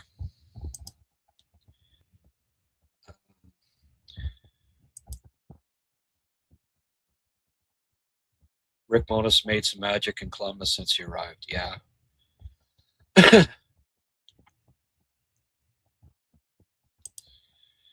You fix them as part of your job along with commercial audio systems. Yeah, okay. Well, I might be shopping for a new laptop, so I'm always looking for advice and leads, all that stuff. I didn't figure you sold them, but hey, if you fix and this and that, even if, like, I don't know if refurbished makes any sense or any of that stuff, but maybe we can talk at some time. We're up to 999. One more here, folks, and we're up to 1,000. Let's get there. There's 1,000. Just about everybody. 883 on X. Hey, folks, come on over to YouTube. Say good day. Press that like button, please. Habscast on YouTube. Not sure. Yeah, play on waivers too, I think. Yeah. Well, you might have missed it. It wasn't that long ago, Stanax. We were talking about it. The fact that Engels seems to think that Line is not playing tomorrow could mean that there's a deal in the works here. We'll see.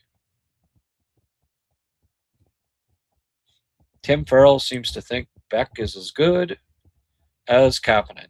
There you go. Not sure how to answer that. Okay. Thank you, Mark. We'll talk. Bobby McCann. Are we Toronto again? Don't see them dealing with Toronto.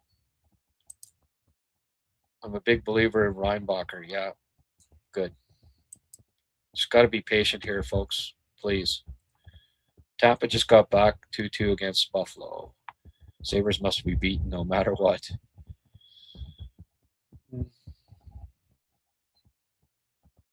I don't know. The Habs can freaking catch Tampa.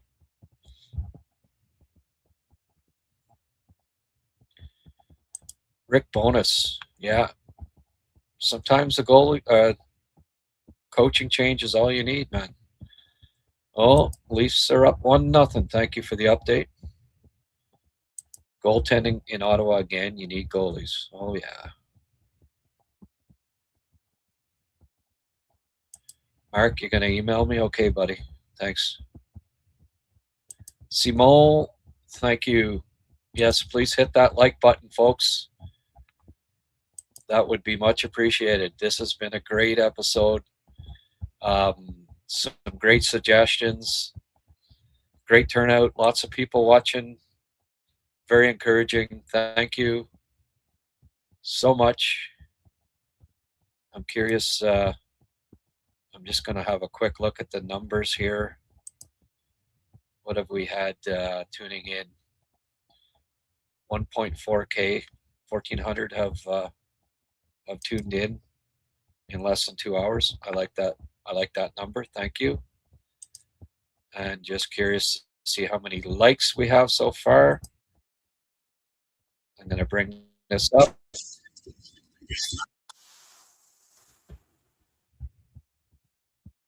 77 likes.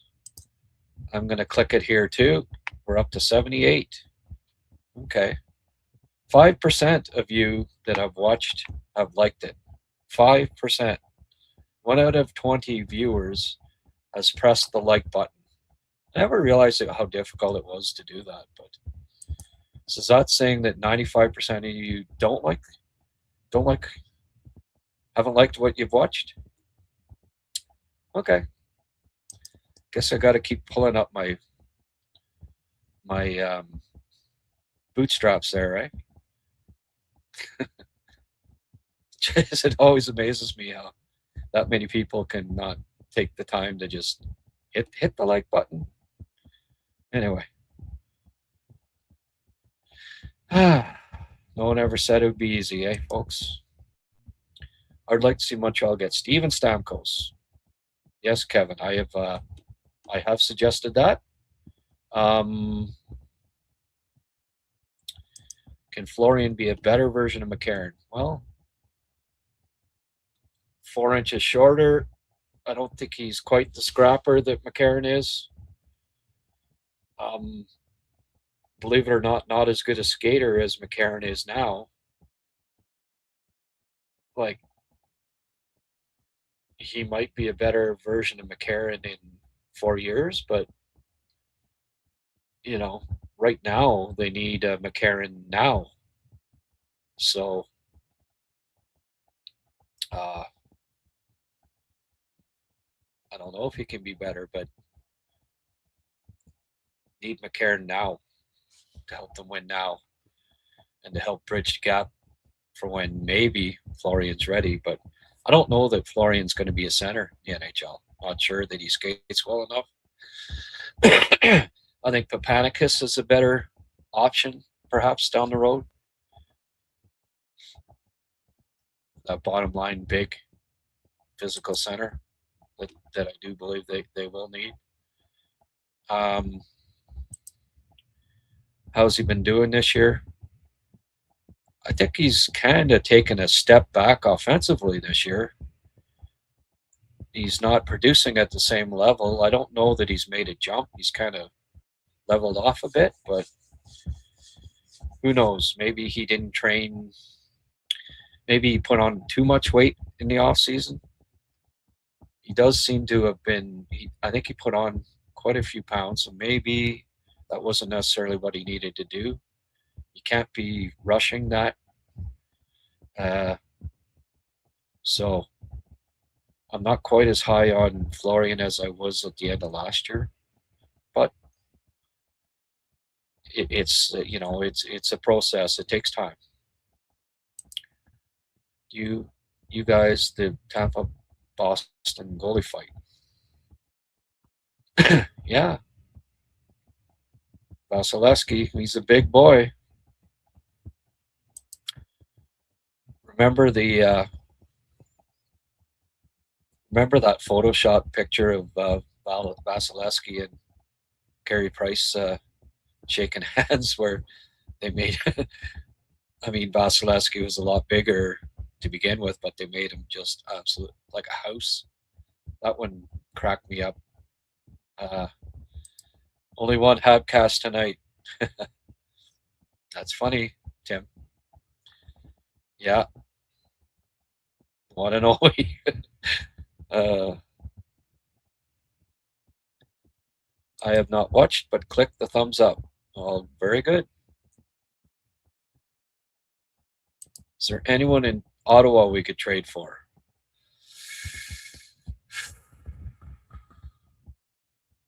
Yeah. Yeah, Daniel, change your name to Habscast. Good luck. I dare you. You know how it worked out for the last guy. Oh. I don't see, just like with Toronto, I don't see it. No, I don't see a trade. And no, can't think of anyone offhand anyway. What's chances of Hughes involved in a 3-way trade for Line A? Jack Hughes for Line A?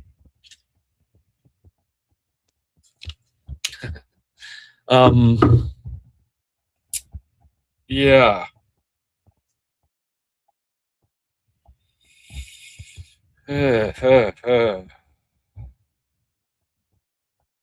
Maybe.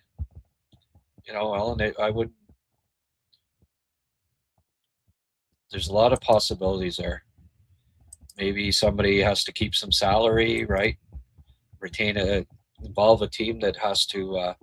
That's a good question. It could be that because salary retention on one team, you throw them a pick or two, somebody comes back, this and that. Yeah, you never know. I wouldn't. You know, there are multiple possibilities of what ultimately could go down there. I think the fact that Laine looks like he's ready and he hasn't gotten the lineup, and if he doesn't get in the lineup tomorrow, Doc looks like you know, he's a better option on that top line. Laine's not going on the second line; it's set now. He's not ideal in their bottom six. Maybe that's what Hughes is actively doing, is trying to find a spot for Laine. Newhook's got to come back soon too. That makes it less likely that Laine has a spot, because we've been trying hard to think, where do you put him, right? Yeah, he helps the power play, but I don't know. Yeah, Donnie, folks don't understand that every podcast you got to hit the like button. You do it once, that doesn't, cover every Habs cast. So I know it's a favor, and I'm asking a favor. If you can, hit the like button, please, and thank you. Trade Jacky for Vasilevsky, the new resident tough guy. Imagine room he'd have in front of his net. Ooh, yeah. I was hoping Grant would have a show today. Was very happy when I seen it up. Love the show, Grant. Thank you for all the hard work. You're mighty welcome. Buffalo scored, lead 3-2. Thank you, Glenn. Buffalo. Shuffle off the Buffalo. They're for real, I think, folks, aren't they? Oh, I don't know. It says 2-2 here. Oh, no, it says 3-2. Josh Doan. Samuelson with 2 goals tonight. What the hell's going on?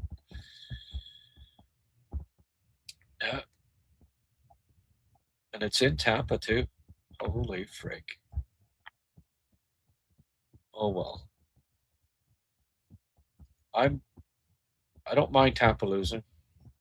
Maybe it's wishful thinking, but I think Habs can still catch him.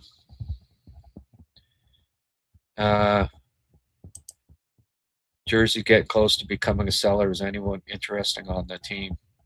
Yeah. Well, see Kovacevic as a possibility.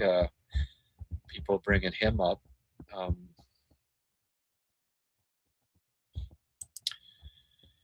think I ever went through the same thing in regard to putting on weight early in his career as well to add muscle, kind of a weightlifter's approach. Well, you got to be careful with that.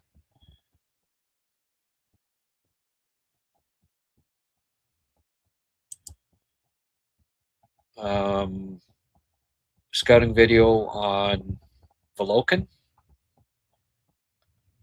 Is that who you want? Yeah, I could probably do that. Can we trade Laine for Crosby? Oh.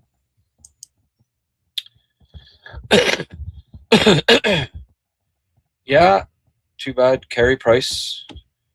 But if we had Carey Price in his prime, we wouldn't have got Demidov and Slav. Do you think the Habs are better by putting best players on top 2 lines, or would they be better by spreading players on 3?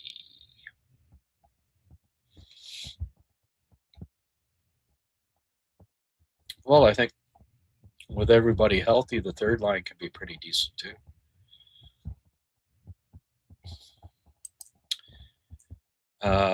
Yeah.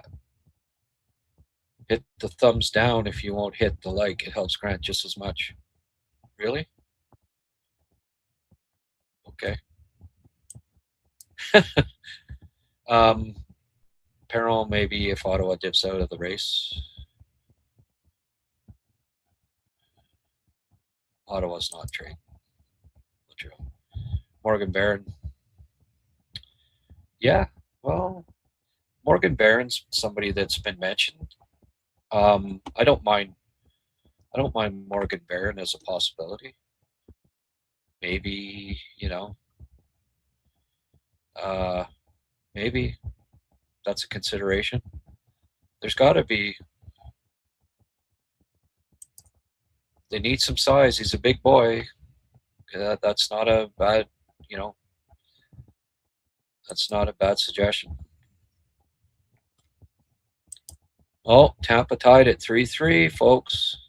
Radish, 1935, going overtime, of course. Fuck.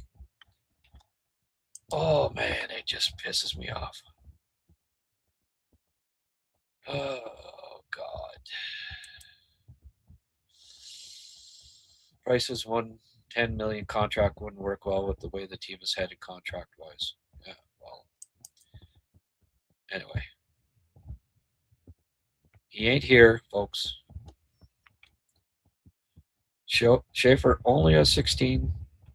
Maybe the Islanders will try to get rid of him. Yes, absolutely. And I see my numbers. People are leaving. I wonder why. It's 10:03. What could be the reason for that, folks? I better wrap it up here. Grant, would you ever go back to an NHL team to scout? I don't. Then I wouldn't be doing this. Rather do this. If I can make enough money at it. That remains to be seen, but gotta hit that like button. No good reason for it, Grant. No, there isn't, really.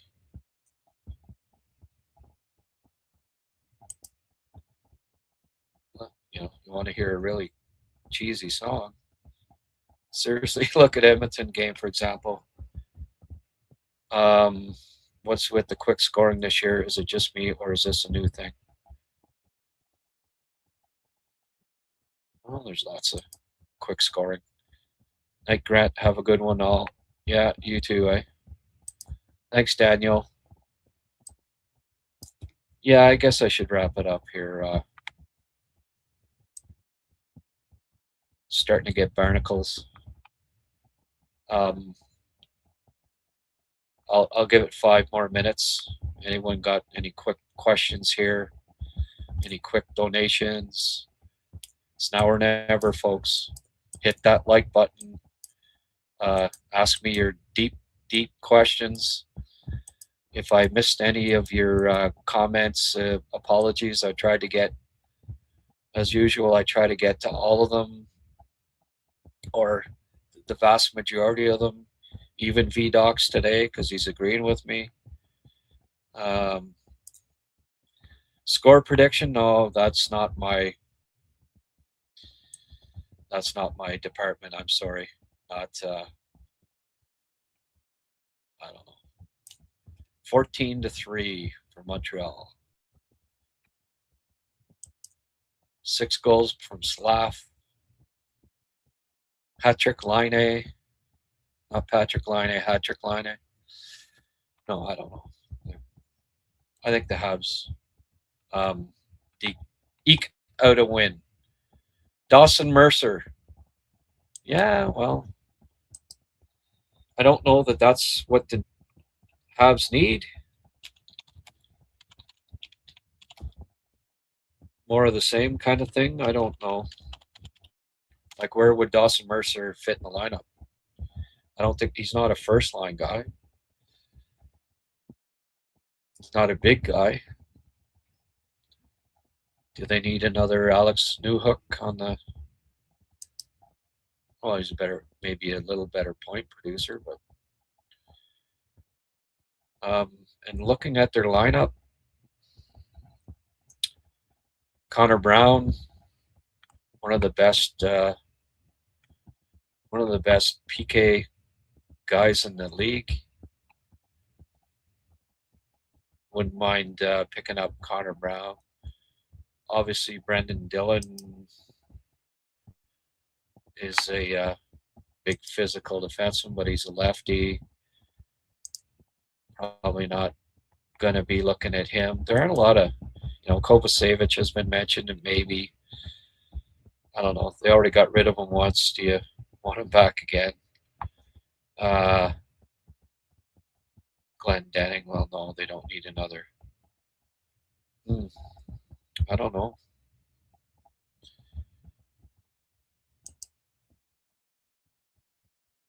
Pesci.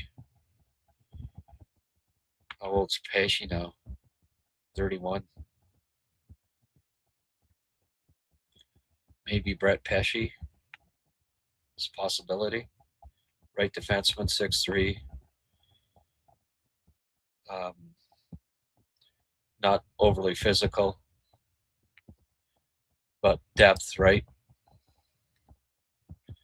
I don't know. Nothing too exciting on the Devils, I don't think. Nason.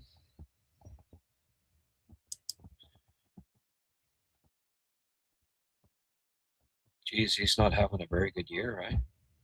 7 points. Not a lot there. Obviously, they're not getting rid of any of their big guys, and they'd be the only ones that are really appealing, I think. Okay, quickly here.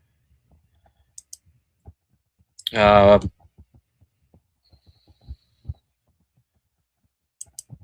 right, Danielle.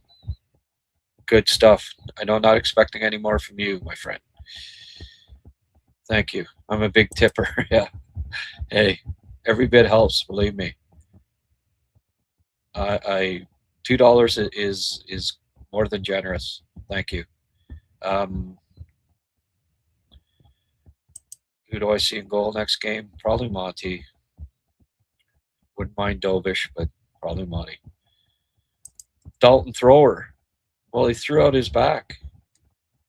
That's what happened to Dalton Thrower. Habs had a few guys like that. Remember Carl? He back injury real early on. Had to retire. Same with Dustin Walsh. They had some bad luck with prospects, guys that had to retire. How much cap space does Montreal have to spend? Well, that's part of it too, right? They got to get rid of guys. Yeah, Cotter I like, but I don't think they're getting rid of Cotter, but yeah, he's 26. I don't think that they're going to be dealing him. Pretty good player. Not that I wouldn't want him, I just don't see that him being available.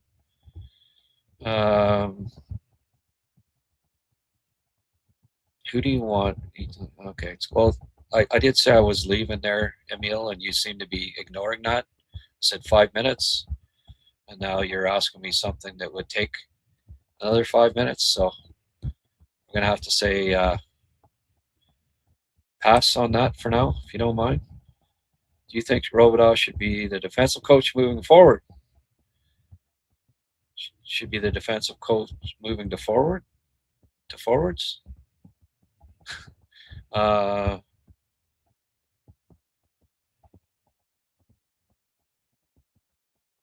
Yeah, I do.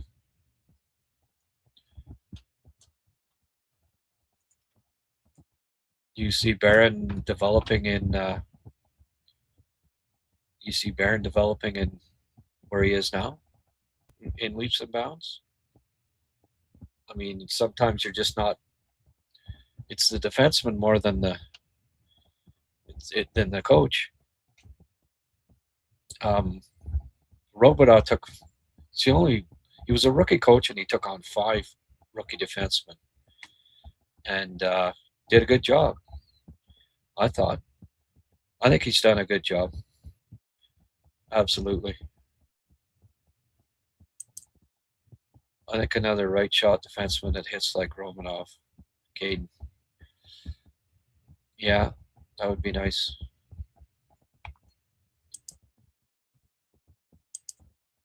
What about Jared McCann? Yeah. What about Jared McCann? Guess you were late to the party there, Ellen. Blaine's boys. Look at the last name there. Jared McCann. We discussed him, Ellen. Possibility. All right, Drum Dude. You have a good night, too. Hoping Sidney Crosby's okay. He got injured in the face-off. He looked in pain.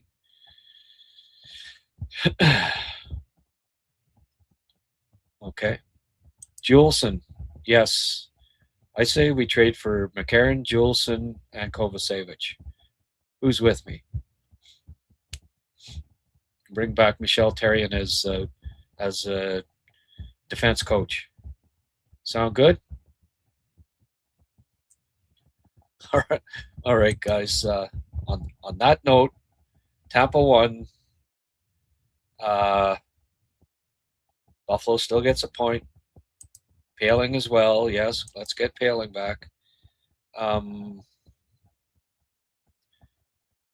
don't know, the Uyghur to be replaced by Pickford when he's ready. I don't know what that means, Sam Silver.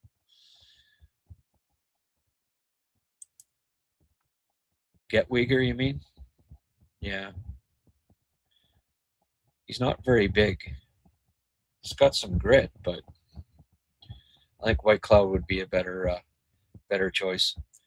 But anyways, like I say, Paling, Kovacevic.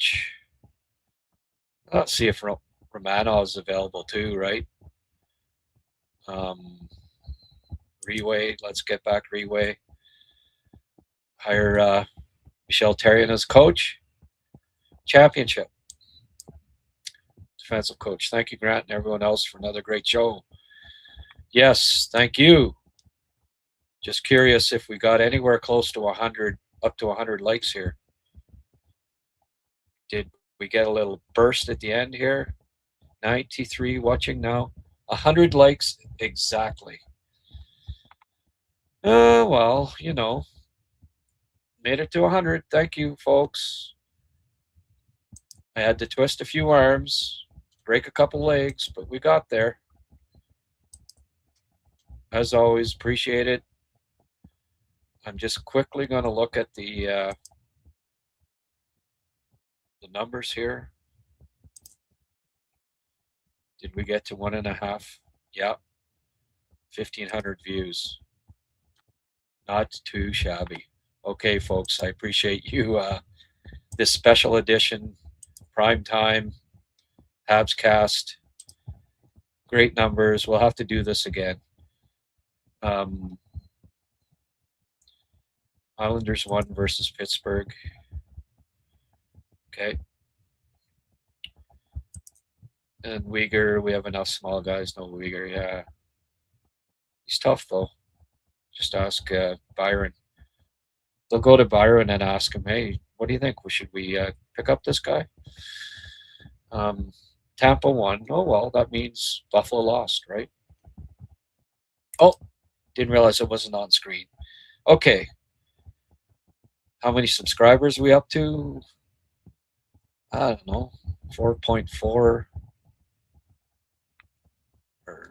4,004. That's a good question. I don't know. Analytics. I'll tell you in a minute. I think it's 4,400 or maybe not quite that. 4,452 subscribers.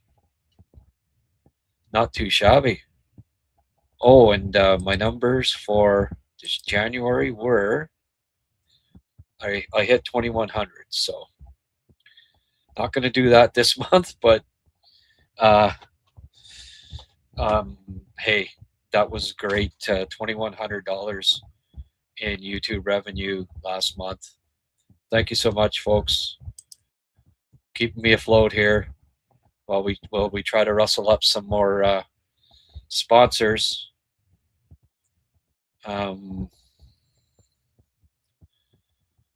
Yes, look out, Joe Rogan. So, yeah, good numbers. Edwards happy that Tampa won tonight. Good stuff. Got to get Monahan to Foley and Allen as well. Yes, absolutely. 10K by the summer. I'd be happy with 7. Hopefully we can get it up to 7K, but sure. A good playoff run. Oh, things will just rock. All right, folks. I got to go.